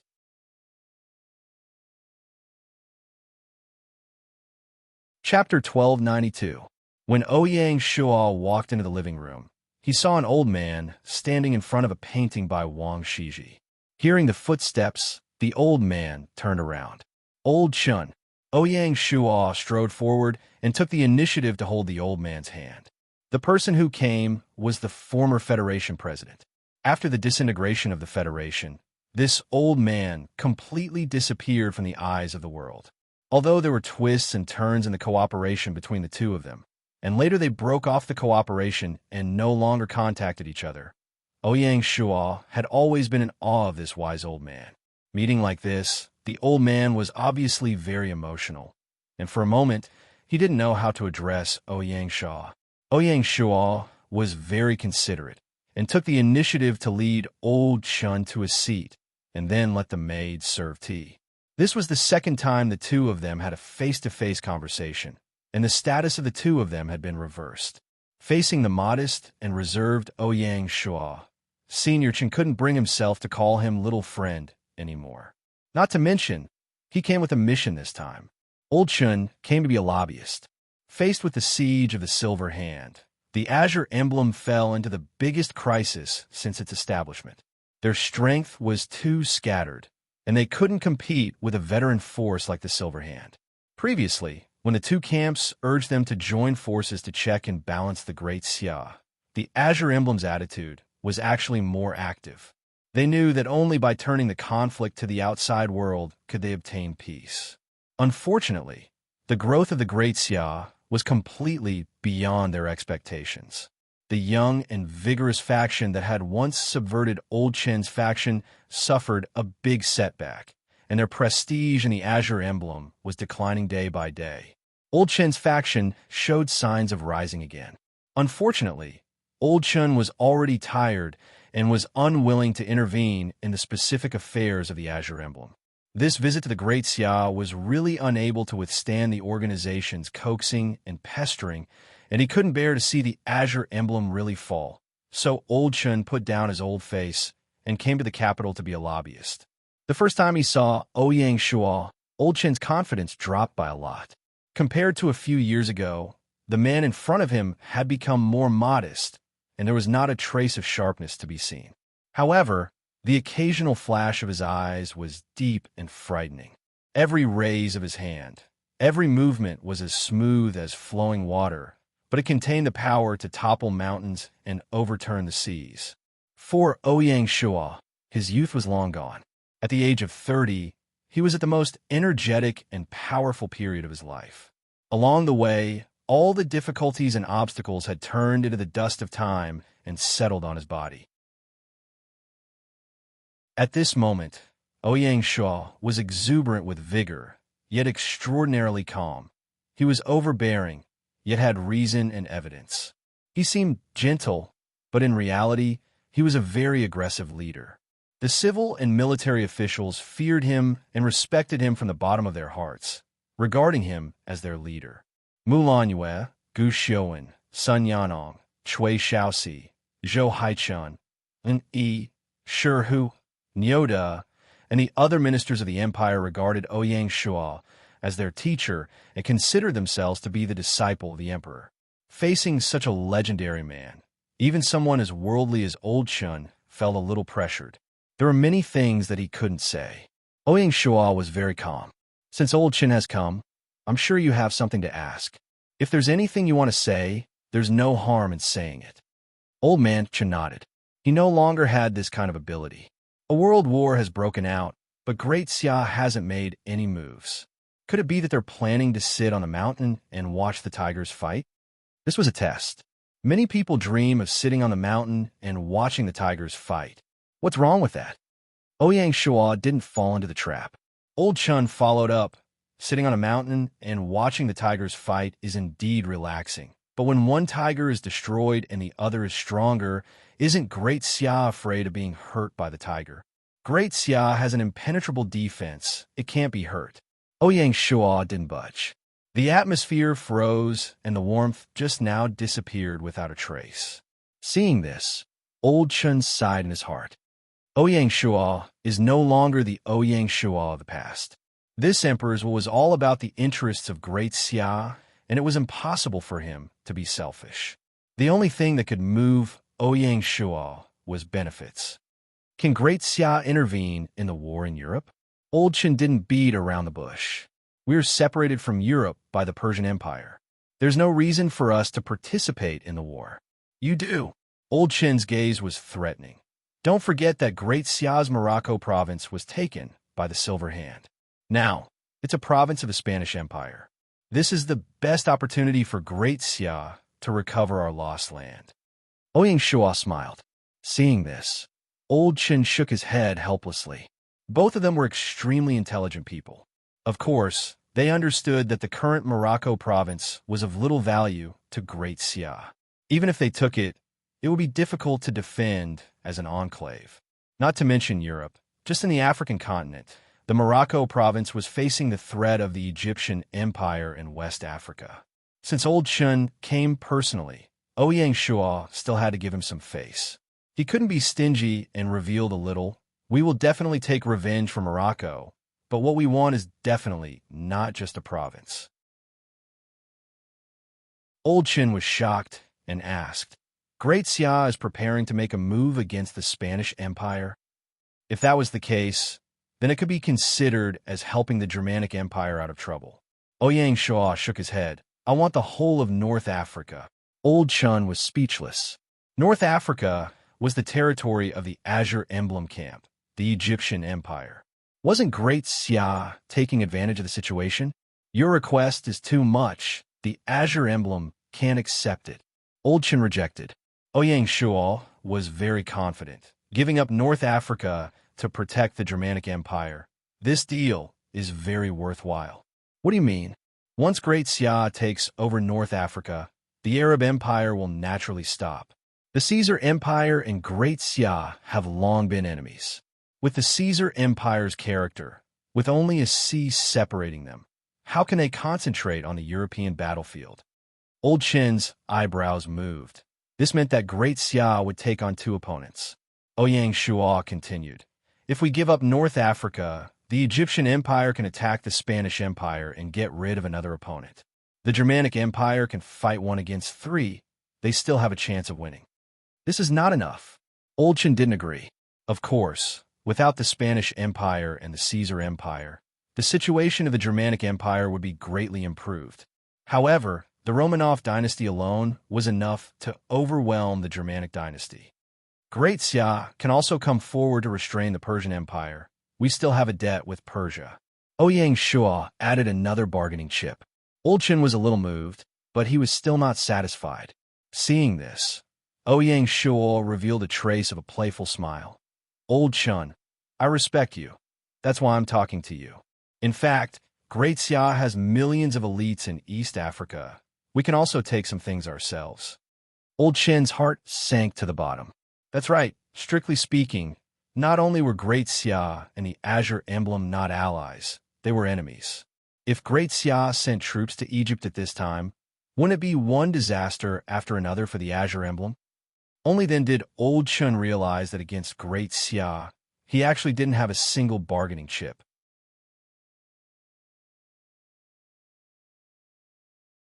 Chapter 1293. Ouyang Shua's words revealed a bloody fact. After the Silver Hand and Azure Badge fell out, they no longer had the advantage of joining hands.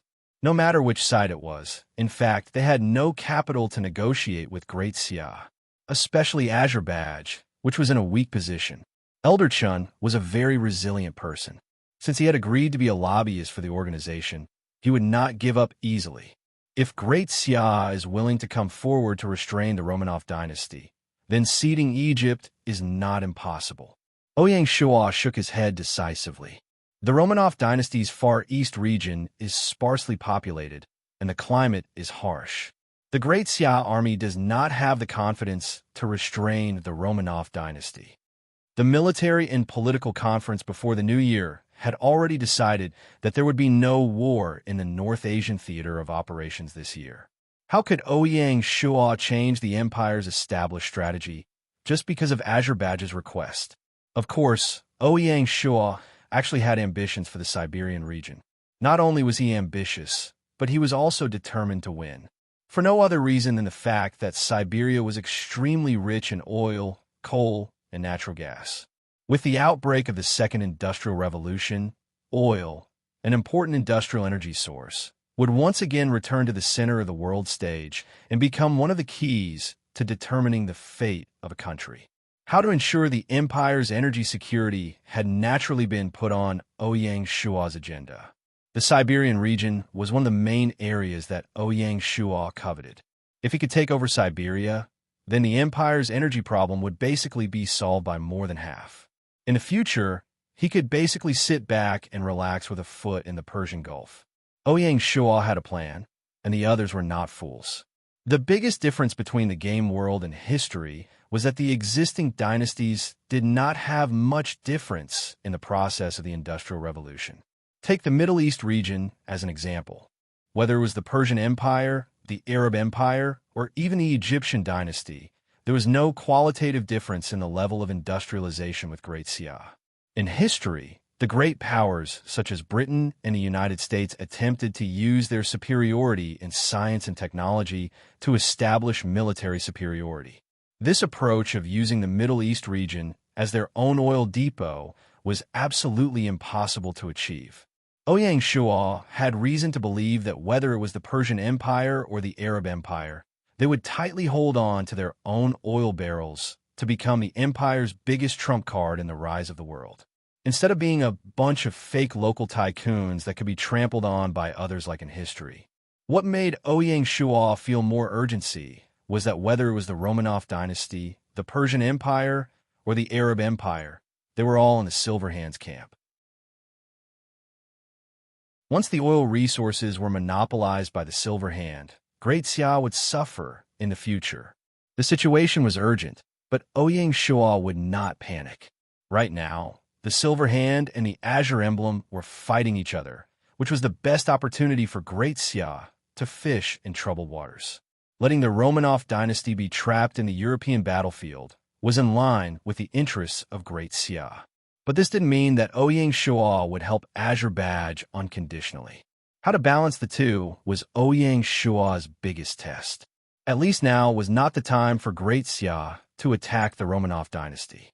Provoking the Romanov dynasty at this time would not only expose the strategic intentions of the Great Xia dynasty, but they might also get into trouble. It was really not a worthwhile deal. Ouyang Shuo admired Old Chen's tenacity, but business was business. In the face of Ouyang Shuo's stubbornness, Elder Chen was also very helpless and said, "What exactly are the conditions for Great Xia to be willing to directly intervene in the European battlefield? Can you give me a definite answer?" "See North Africa." Ouyang Shuo was adamant. Seeing this, Elder Chen knew that there would be no results today. He sighed and said, "I can't decide on this matter. I have to discuss it with the organization before I can give you an answer." Ouyang Shuo nodded. "I'm not in a hurry." After sending off Elder Chen, Cyan Shirt asked in confusion, "Your Majesty, are we really not going to intervene in the European battlefield? Supporting the Germanic dynasty is in line with the interests of the empire." Ouyang Shuo smiled and replied in a half-explaining and half-instructing manner, "Of course we will intervene, but not now and not directly." Cyan Shirt listened and thought for a moment. "Your Majesty, are you saying that we should provide timely help? When the Germanic dynasty can't hold on anymore, we will then make a move in order to obtain the greatest benefits." Ouyang Shuo nodded approvingly.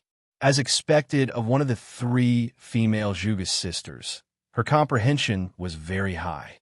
"You're only half right," Ouyang Shuo said as he walked back. "You have to remember, whether it is the silver hand or the azure badge, strictly speaking, they are not on the same side as us." Destroying the two major organizations was Ouyang Shuo's unchanging goal.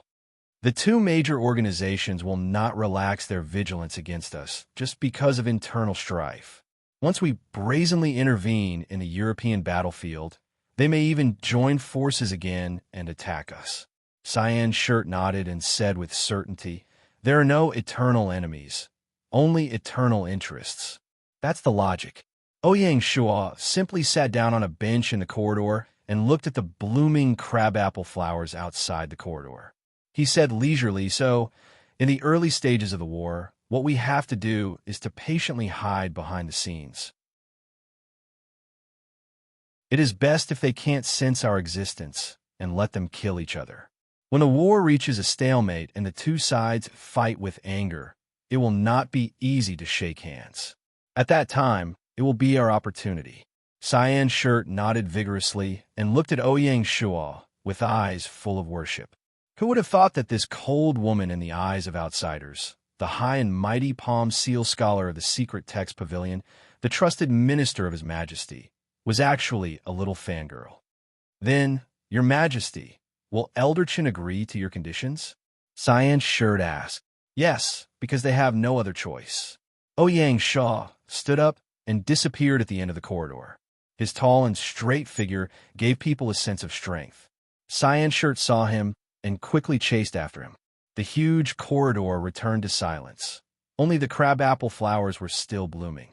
The next morning, Elder Chen visited again.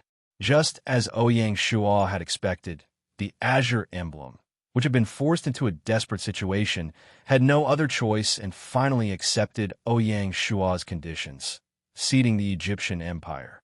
After signing the agreement, Ouyang Shuo took the initiative to shake hands with Elder Chen and said, "May I ask if Elder Chen is willing to lower your status and become an official in the Great Xia? I am willing to give you the position of the Empire's Special Advisor." The Empire's Special Advisor was a temporary position added by Ouyang Shuo, but in the Federation system, it was the most important think tank and assistant of the Federation's president. Elder Chen had been in charge of the Federation for nearly 10 years.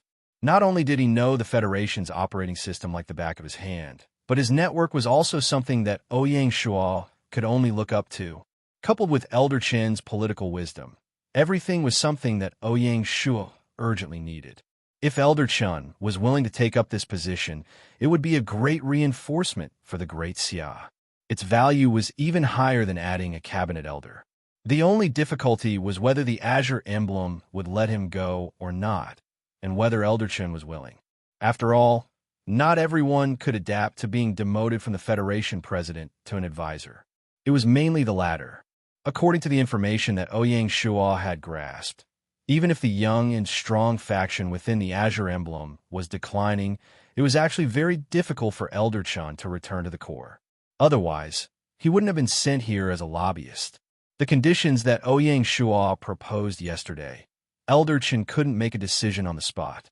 Elder Chun was very surprised by Ouyang Shua's invitation. After a long time, he sighed and said, "I'm old. I can't do this anymore." Ouyang Shua didn't give up. "The Empire's door will always be open for Elder Chun." "Then, thank you."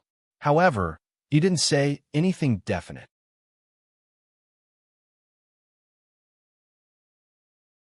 Chapter 1294. On the 5th day of the 4th month of the 8th year of Gaia, the Admiral of the Royal Navy, General of the Imperial Army Zhou Yu, was summoned to the capital. Zhou Yu had come to the capital this time to accept his new appointment. A few days ago, in view of the imminent surrender of the Egyptian dynasty and the imminent return of Great Xia to the Mediterranean Sea, Ouyang Shua suggested that the imperial court decided to immediately restore the designation of the Atlantic Fleet. In fact, as early as April of the 6th year of Gaia, the reconstruction of the Atlantic Fleet had already begun. The relevant personnel training and warship construction were still ongoing. The Protectorate of Africa was the headquarters of the Atlantic Fleet. The reason why the designation had been delayed until now was also because the situation in the Mediterranean Sea was unclear. Even if the Atlantic Fleet was restored, it would be useless and would instead raise the vigilance of the European dynasties. The loss outweighed the gain. Zhou Yu was the new admiral of the Atlantic Fleet. While restoring the designation of the Atlantic Fleet, the imperial court would also remove the designation of the Royal Fleet.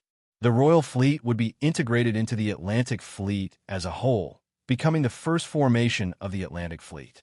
This was also Ouyang Shua's suggestion. The original purpose of the Royal Fleet was to escort Ouyang Shua on his voyages. Ouyang Shua's 2 voyages had laid the foundation for the Empire's domination of the seas. The contribution of the Royal Fleet was indispensable. At this point in time, Ouyang Shua didn't have a need to sail the seas any longer because Grand Xia's territory had already spread all over the world, and it would be a waste to maintain such a fleet. In the past 2 years, the Royal Fleet had basically been docked in the Bibu Gulf and rarely had the opportunity to go out.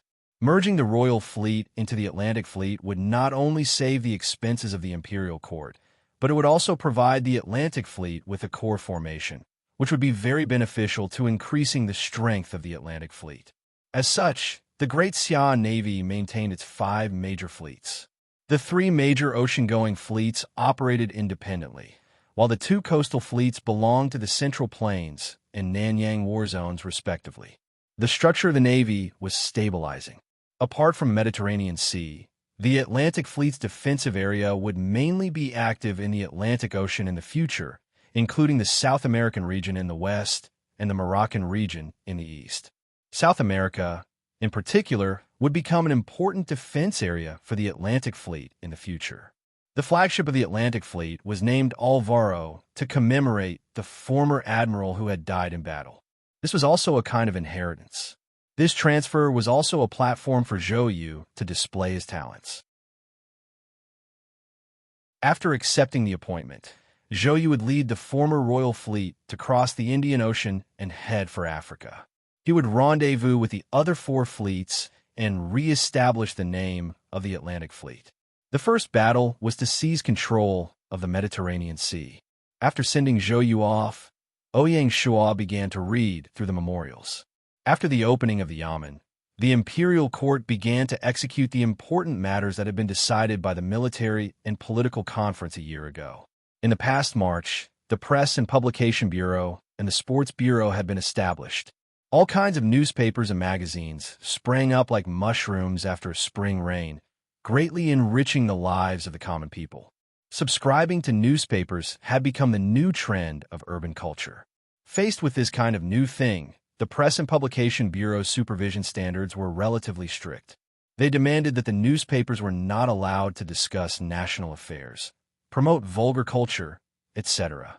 Ouyang Shua's attitude was that he would rather walk a bit slower than walk too fast, so as to avoid talking nonsense. Of course, the imperial court would also provide great support to some outstanding periodicals. For example, the Poetry Weekly and the Folk Arts Miscellany, which were established by the Writers Association, received a cultural support fund of 10,000 Great Xia dollars each in order to distribute the periodicals overseas. Ouyang Shuo had even subscribed to these two magazines and would read them whenever he had time.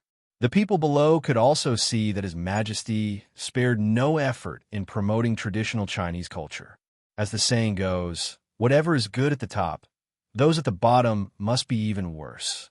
Ouyang Shuo's attitude had set off a national culture craze in the local provinces, especially in overseas regions, such as the African continent. Learning Chinese, learning to write Chinese characters, and reciting poems had become a trend. Cultural assimilation was quietly germinating. Such a move was difficult to implement even in the Federation era. As the game world was a blank slate, Ouyang Shuo could paint whatever he wanted. Who knows, he might really be able to create a new situation. The announcement of the Empire's first sports meet had also been sent to the entire country, setting off a fitness craze everywhere. According to the regulations, in order to ensure the fairness of the competition, martial artists were not allowed to participate in sports competitions.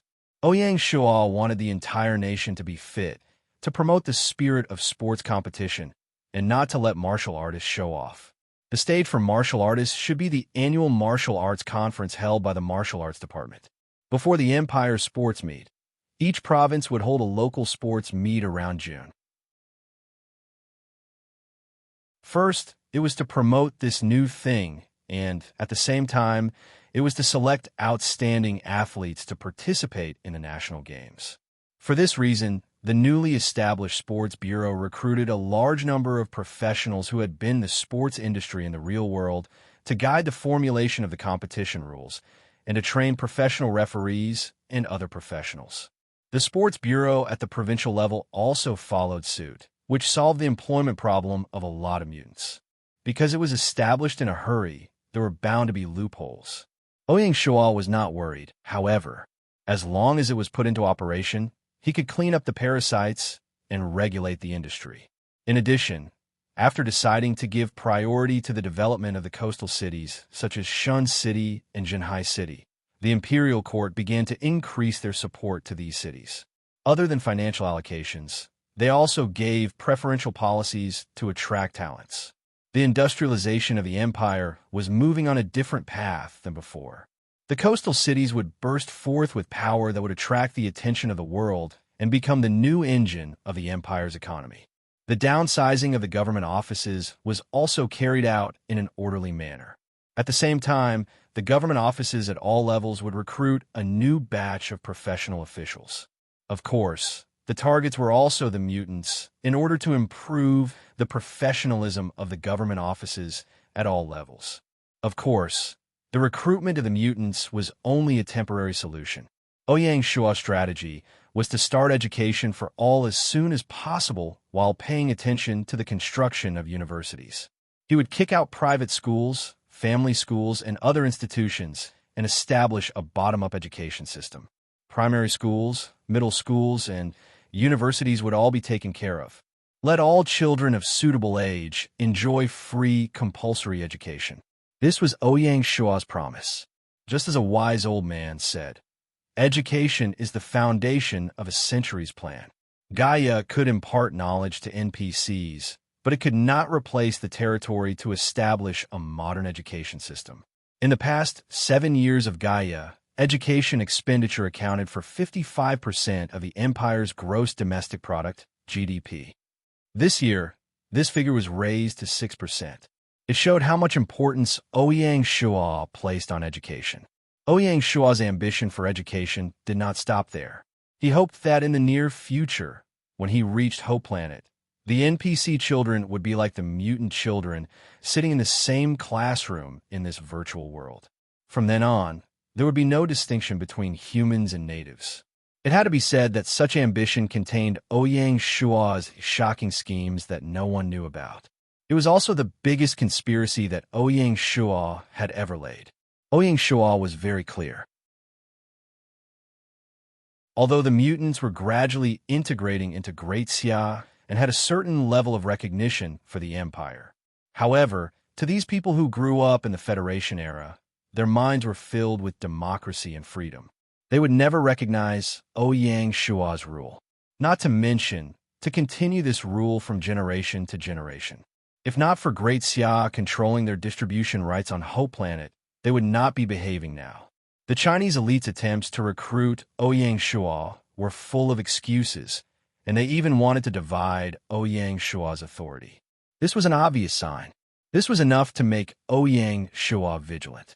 Therefore, Ouyang Shua did not have any expectations for this generation of mutants. Both parties could only take what they needed. It was a binding of interests and nothing else. However, the natives were different. Their fathers had wandered the wilderness and entered the embrace of the empire. The empire had given them a second life. From the bottom of their hearts, they saw the empire as their home and Ouyang Shua as a sage. Great Xia had become a kind of faith. Their descendants had also grown up under the empire's nurturing. Some of the best among them had grown up under Ouyang Shua's careful nurturing. They had become high officials or military leaders. They were the forces that Ouyang Shua trusted the most. They were the cornerstone of Ouyang Shua's governance of the empire. As long as he firmly grasped this power, Ouyang Shua's position would be unshakable, allowing their descendants to receive the same educational opportunities as the mutants was diluting the influence of this generation of mutants and assimilating them. After 2 or 3 generations, there would be no difference between the two, and they would recognize Great Xia as the only faith. This was Ouyang Shua's ultimate goal. Just as Ouyang Shua was reading the memorials, Binger walked in with a pile of memorials.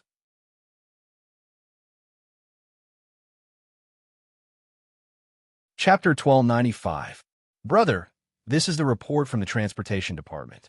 After entering the secret text pavilion, Binger had changed from her usual sweet palace dress. She didn't wear a princess dress anymore. She was dressed in the style of the Republic of China. Ouyang Shua took it and asked while reading, "Have you read it?" "Yes." "What do you think?" Binger hesitated and said embarrassedly, "I don't really understand." The report from the Transportation Department was about the highway and railway network plan of the empire for the next 3 years. The highway network plan clearly divided the official roads of the empire into 3 levels: national roads, provincial roads, and county roads.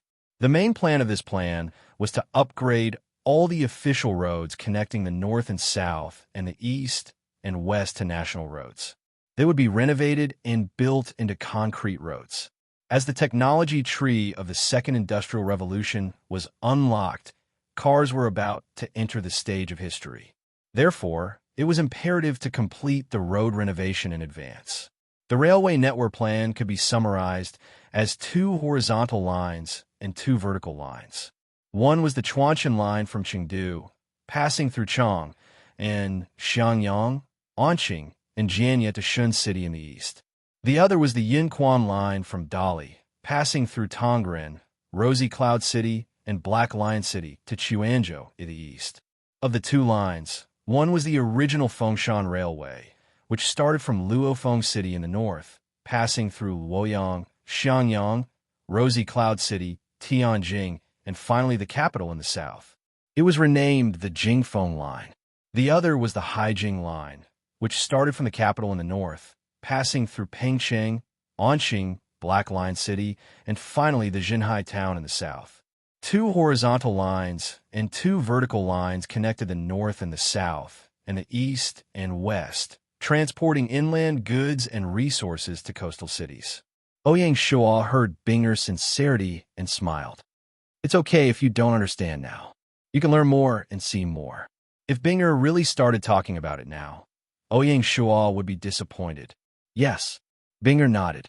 Ouyang Shua asked with concern, "The secret text pavilion is boring. It's not as interesting as watching politics.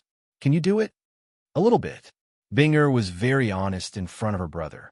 But Grand Tutor said that if you want to find something interesting in boredom, you have to know how to study.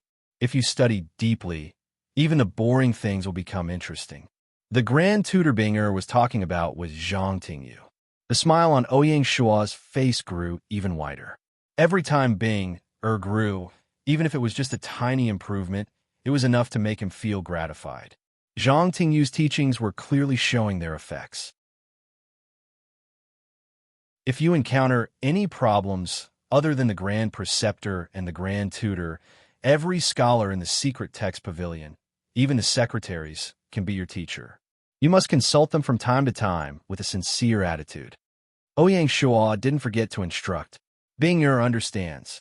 Although Ouyang Shua had raised Bing single-handedly, especially in the virtual world where she was doted on by countless people, Ouyang Shua was gratified that Bing had not developed an arrogant and prideful personality. This was also one of the reasons why Ouyang Shua was determined to groom Bing as a successor. Arrogance will make people lose their minds. Arrogance will blind people's eyes. This was a great taboo.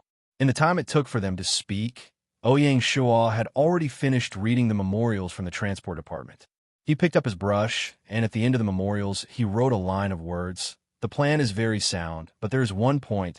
The Jingfeng line can continue north, all the way to Handan City, the capital city, and Huaining Prefecture, truly connecting the north and south. Please consider. Bing stood at the side, grinding and looking at it carefully, her eyes deep in thought. Sent out. Ouyang Shua handed the memorials back to Bing. Bing took it, bowed, and left. Similar scenes happened almost every day since Bing entered the secret text pavilion. Ouyang Shua tried his best to use the opportunity of reading the memorials to teach Bing. Ouyang Shua always believed that imperceptible education was the best education. April 10th, Year Gaia. A piece of news blew up the world. After a week of preparation and coordination, the internal department of the Azure Badge had finally settled all the matters. That morning, the Egyptian dynasty announced to the public that they had officially submitted to the Great Xia.